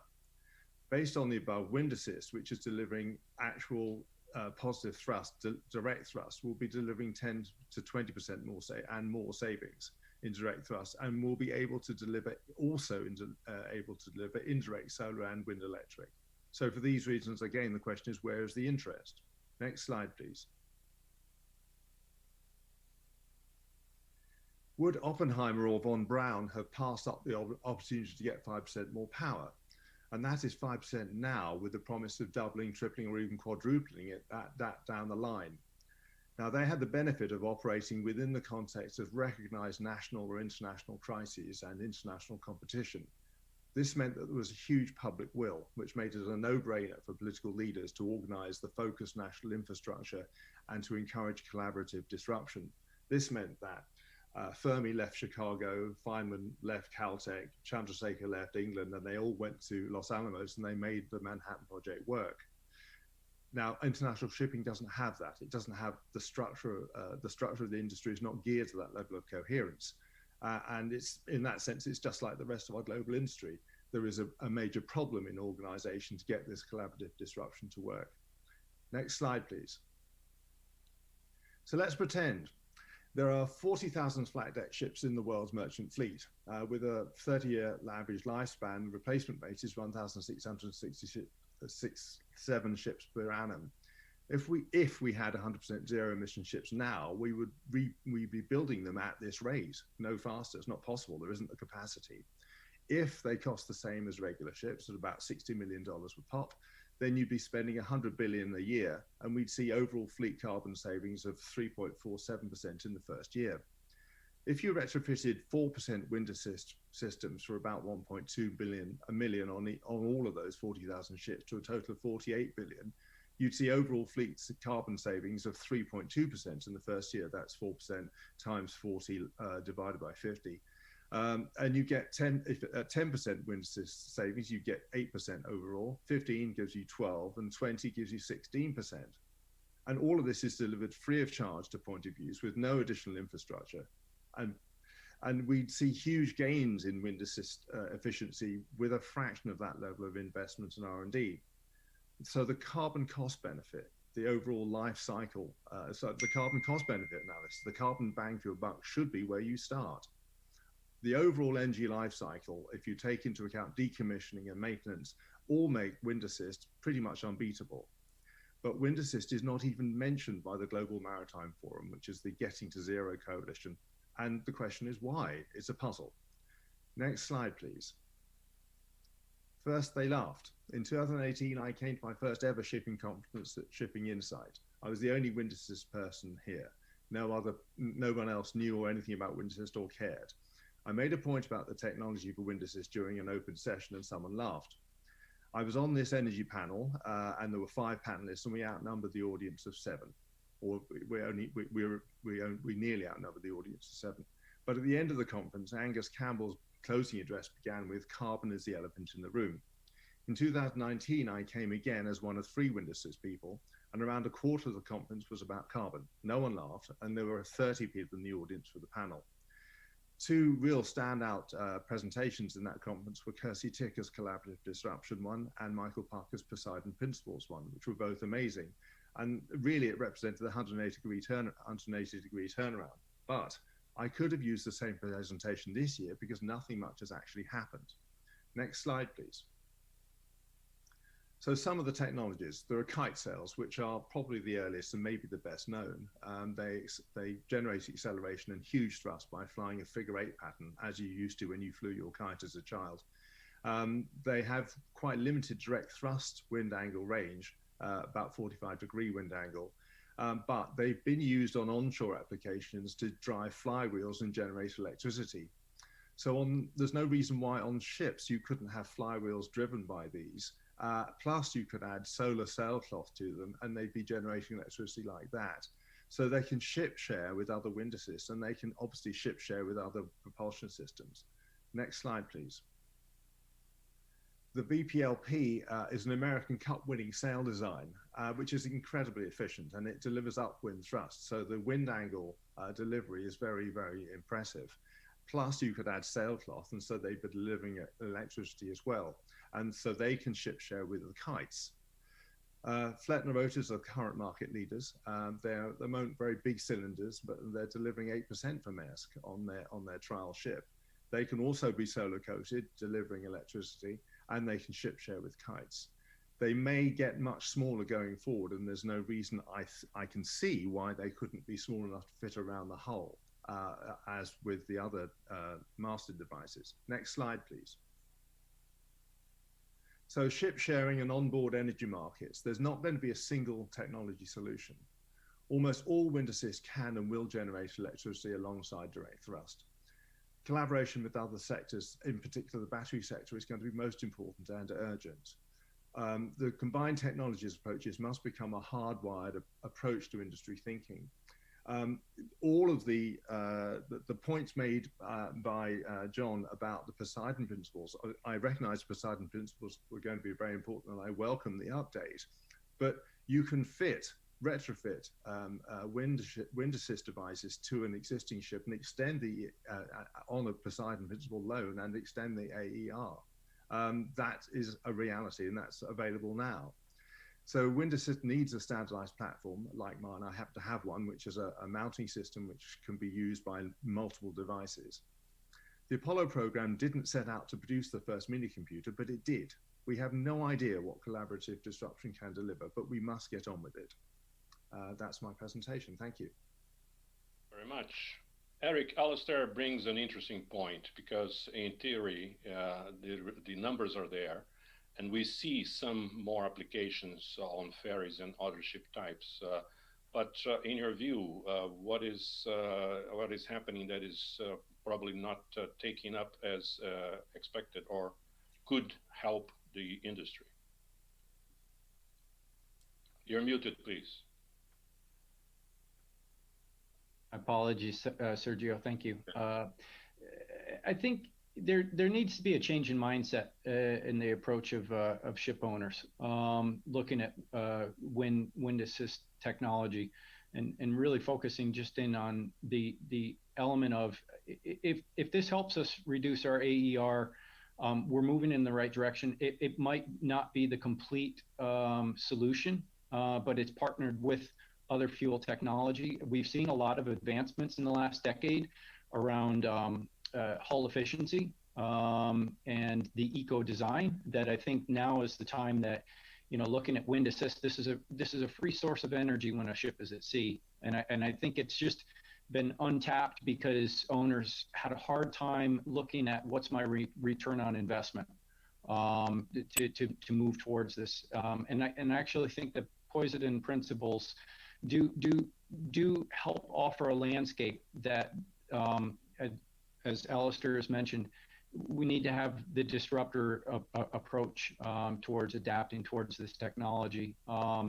It's insightful for me. I think you have to look at the marginal gain that you get and the commitment towards reducing the overall carbon footprint. And this is a landscape that probably needs to be explored more, particularly in the long haul trades like VLGCs and oil VLCC long haul and mega container ships. Yep. Thank you, Eric. Our last speaker are two, River Bennett and Alex Gilbert from Nuclear Innovation Alliance, who talk about nuclear application. Great, thank you. I'm going to start by introducing myself, Alex will, and then we're going to kind of tag team this. So Alex and I are both coming from as co-workers of the Nuclear Innovation Alliance. So I'll be discussing some of our work there, but then also discussing my role at NRIC, which is a new Department of Energy program called the National Reactor Innovation Center. And I'm Alex Gilbert. I'm coming from NIA, and I focus on regulatory and policy issues for advanced nuclear power. So we can go ahead and go to the next slide, and we'll start this off. So just to really start, when we're looking at nuclear as a source of propulsion for shipping, we've done this before. There are nuclear navies all around the world, and there have also been a number of commercial or semi-commercial applications. Next slide, please. So historically, there are four major nuclear commercial cargo ships that were sponsored by separate governments. They were originally built in the 60s through the 80s. The US one, the NS Savannah, has a really interesting history. It served as a diplomatic ship to really spread the Eisenhower message of atoms for peace. And the idea was to use nuclear energy for peaceful applications and to test it out for nuclear shipping. Now, most of these applications did not work out due to the high cost of nuclear at the time. These were largely government-sponsored programs. But even if you look today beyond commercial shipping, we do see other non-nuclear applications for nuclear power, and that is specifically for the icebreakers. And so Russia has a fleet of nuclear icebreakers. The US is investigating developing a new nuclear icebreaker itself. So this is something that this is an established technology just in terms of using it for the shipping industry. Next slide, please. Now, as we really look at what we could do in the future with nuclear power for decarbonizing shipping, we look at advanced nuclear technologies. Next slide. Over the last 10 or 15 years, there's been an explosion of innovation in the United States and globally. And this is really a number of different companies are looking at new innovations to make nuclear power cheaper, safer, and cleaner. And they're also starting to expand it into other applications such as maritime shipping. You can see the chart on the right that the amount of education that's related to nuclear engineering has been going up in recent years. And the US is really priming itself along with the rest of the world for an advanced nuclear renaissance. Next slide, please. These are some sample designs of companies that are moving ahead quickly. The two on the left, the top one's from Oklo, the bottom one's from NuScale. These are companies that are either in or have just received licensing from the NRC for terrestrial reactors. And the bottom right is actually a design from Core Power, which is looking at doing a maritime shipping nuclear reactor. And so this is something that we are developing technologies that can be readily adapted to the shipping industry and is relevant for the timeframes we're looking at for 2050. Next slide. Great. So we have been spending a lot of time looking at kind of the specific challenges or barriers to using this technology. Some research we've started already doing this past year, and then there's a lot more kind of collaborative work to be doing in the coming time. So I'll start, next slide, please, with some of our existing research. So I think one of the big questions, or really the first question people have is, if we were to develop this technology, where can we use it? And so we've been looking at trying to examine both countries that currently have nuclear navies and countries that allow access for those navies, as well as countries that have commercial terrestrial nuclear power plants, and trying to overlay those maps to look at, develop kind of this rough sketch of what type of trade routes become available and what type of regions we'd be able to access with this technology. So next slide. And when you break it down, really, you know, the top busiest ports in the world do belong in countries that provide access. That's might be kind of a simpler look than, I mean, if you look at the top 10, for example, we have 90% of those are Chinese, the other 10% belong to Singapore, South Korea, and the United Arab Emirates. And so, again, we're just trying to look at where these technologies already exist as kind of a conversation starter. The top 50 busiest global seaports, about 35% of those have demonstrated proven access for this technology. And if you look at the whole picture, the whole globe, we're looking at more than a third of global container traffic goes through ports where this technology is already being used. So next slide. And I think a really important theme right here, and this came from Shell's recent decarbonizing report called All Hands on Deck, is the maritime sector is going to have to look pretty closely at what's happening on land to make decisions out at sea. So this is a quote from an exec in that study saying that shipping fuel will probably come from land, and we need to be jointly coordinating with these other sectors. And so one really key development in the advanced nuclear sector right now is fuel availability, primarily providing access and developing a supply chain for higher enriched fuels, which a lot of advanced reactors are going to be depending on. And those deals and that supply chain is already being built out right now. We have an announcement here from last month from TerraPower, which is Bill Gates is the founder of this company, developing a fuel supply for their reactors and for the whole suite of advanced reactor concepts they're going to be coming online this decade and next. So next slide. And then there's also, you know, in academia, there's a wide range of research taking place, whether it's directly focused on commercial maritime nuclear propulsion or indirectly. There's a lot of implications for work being done right now to figure out what the right kind of commercial intersection is. So next slide. So when we look at nuclear power, there are a few things that are unique about it compared to other energy sources. There are physical security concerns. You do have radioactive materials with a nuclear power plant or a power reactor on a ship. And so that does have specific implications. It's not overly different from ships that do carry other types of hazardous materials, including nuclear fuels for sale overseas. There's also non-proliferation concerns just in terms of the materials themselves and making sure that those materials are monitored. So when we really look at these security implications, we're at an early stage, we need to understand, are these things that are deal breakers, or are they something that are relatively manageable? And there is some signs that it might be relatively manageable. Next slide, please. But then when you go ahead and look at how the flagging system and how cabotage laws work, there are a number of different issues there related to nuclear power because of those security and non-proliferation concerns. You're not necessarily going to be able to have a flag of convenience system. Most of the time, you're going to want to have a national interest in developing a commercial nuclear fleet, and there will have to be national policy concerns when you're doing that. And so when we're looking at how we do this in the future, can we use nuclear power? You're really going to have national level engagement on these issues. Next slide. Great. So I think really the key question here is, you know, how do we get resources into this space, and how do we start actually developing and demonstrating this technology? And so I'm going to spend some time now talking about the National Reactor Innovation Center, which is doing those things exactly. So next slide, please.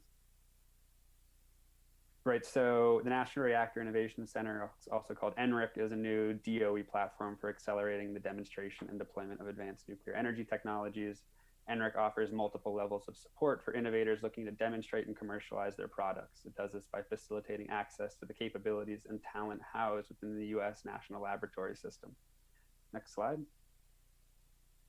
So to give some examples of projects that NRIC is gearing up for, it's really focused on cross-sector partnerships. So for example, we're prepping for work with the Department of Defense to develop small transportable microreactors. We're working with stakeholders in space power to look at nuclear as a propulsion tool, and then also focused on some of the current issues that nuclear has, especially its economics, which the majority of which we're finding problems in the construction phase. And so figuring out what type of targeted interventions and technologies we can develop to address those issues are another kind of key subject area for NRIC. Next page.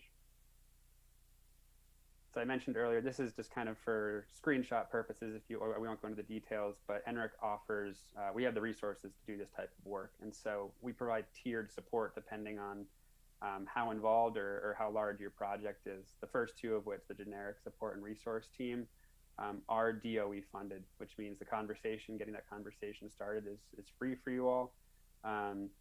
If we want to start, probing this technology, figuring out which questions to ask. And then there's also project-specific support for much more kind of involved long-term projects, and those are, kind of a good example, or some of the ones I provided in the last slide. So, next slide.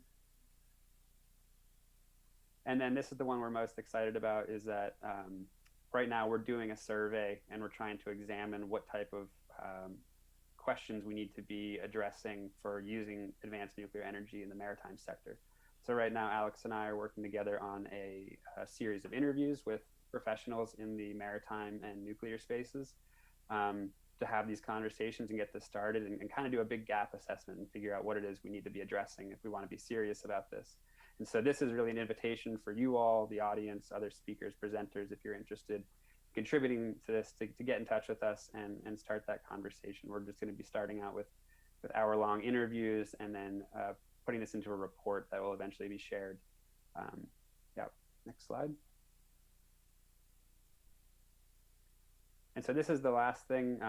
There's kind of an order of operations here, and we want to make sure that we've got, we can build these really strong partnerships between these two spaces. I think there's a lot to gain from the expertise in each one, and it depends on, it's going to rely on getting some resources and leadership up front. And so again, NREC at Idaho National Laboratory, which I just talked about, is going to be a huge resource, and we have a lot of people who are excited about doing this. So if you are interested in getting involved, if you're interested in working with us on this, we invite you to reach out so that we can kind of inform our work on this better. Next slide. So thank you very much. We look forward to the conversation, and please do reach out if you're interested. Thank you. Eric, unfortunately, we are way beyond our allocated time, but very interesting the discussions and conversations. So I would like to challenge you to summarize on the Nuclear Innovation Alliance invitation, and also to summarize your views on everything that was said today, please. Yes, thank you, Sergio. Gentlemen, thank you, all of you, for putting together these presentations today. Very informative, good education in the deep dive session. I'll just summarize on nuclear. It's as you pointed out, it's technology that's been proven at sea, actually, and we see that in force, in the projection of force within navies around the world. I think the biggest challenge is as you rightly put, it's the cost. And in the freight market, I think the barrier to overcome is we need to have stability in a market that defines a really stable runway for that investment. Just looking at our freight markets in the oil segment today. We're seeing a freight downturn right now that wasn't expected before the pandemic. Actually, 2021 we're expected to be very, very healthy years in the tanker market, and that whole cycle is thrown off because erosion of demand. So that to me is going to be the biggest challenge to get the ship owner behind it. I do agree with you. I think with a coalition where you've got either flag or government support to drive it, perhaps looking at those commodity trades, whether they're finished product or unrefined product, that take long haul ton miles and leverage nuclear technology, would be a very interesting space to see attempted to develop over the next decade. In summary, I'll just wrap up. As one would probably suspect, from the ship owner's view, we have LNG as a resource today. We're seeing the infrastructure continue to develop, which is very encouraging. I think LNG checks a lot of boxes to the ship owner to reduce the carbon footprint and the Poseidon principles. And as ship owners are looking at new build, I think that this is going to be a very interesting space and one that's going to get a lot of attention. But I would say that the other areas that we talked about today around hydrogen and ammonia, we need a coalition, we need partnership, sharing of knowledge and expertise to develop that space. Battery, I think, again, is a technology that we can further optimize around. And I felt that the wind presentation today has me stepping back and saying, why aren't we as an industry trying to find out ways where, particularly on these long haul ocean routes around the hub traded commodities, why aren't we focusing a little bit more on that? Because it's free energy that does get an uplift. So thank you very much, everyone, for your presentations today. Sergio, thank you very much for being the moderator and for allowing me to offer my insights. Thank you, Eric. And thank you again to all of the panelists for your insights and presentations. Again, we are living a grand challenge and the industry needs to work together to overcome that. Thank you very much. I don't know, I'll send it back to the organizers to see if there's still any time for the poll or for questions. We are way over time, but excellent discussions. Thank you very much to all. And looking forward to next week. Sergio, thank you very much for your conclusion. I encourage us, let's move forward with the poll.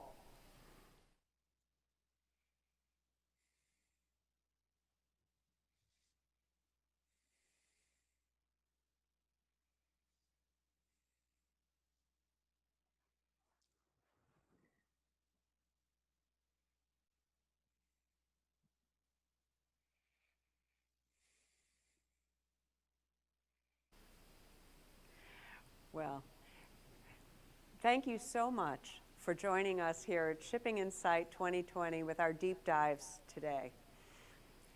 At the beginning of Star Trek, the movie, back in 1977, there was a quote, "To boldly go where no man has gone before." And that's what we're doing here with Shipping Insight 2020. We're all learning new skills and new talents. So we had some technical difficulties, but I do want to reassure you that all of the presentations are going to be made available on demand. Thank you to our speakers, thank you to our sponsors, and thank you to all of you who are attending today. I want to remind you that you can stay on the platform, and through the networking function of the platform, you can connect with the speakers and the other delegates that were participating today, as well as some that weren't. So take advantage of that. And we look forward to seeing many of you back tomorrow at 9 o'clock Eastern Time for tomorrow's deep dive presentations, and then next week, Monday, Tuesday, and Wednesday for the conference and exhibition. Just so you know, the platform itself is open, but the exhibition booths won't be available until Monday morning at the opening of the exhibition. Thank you again for your participation today. Thank you to our sponsors, and thank you so much to all of you for participating in A Vision for the Decade.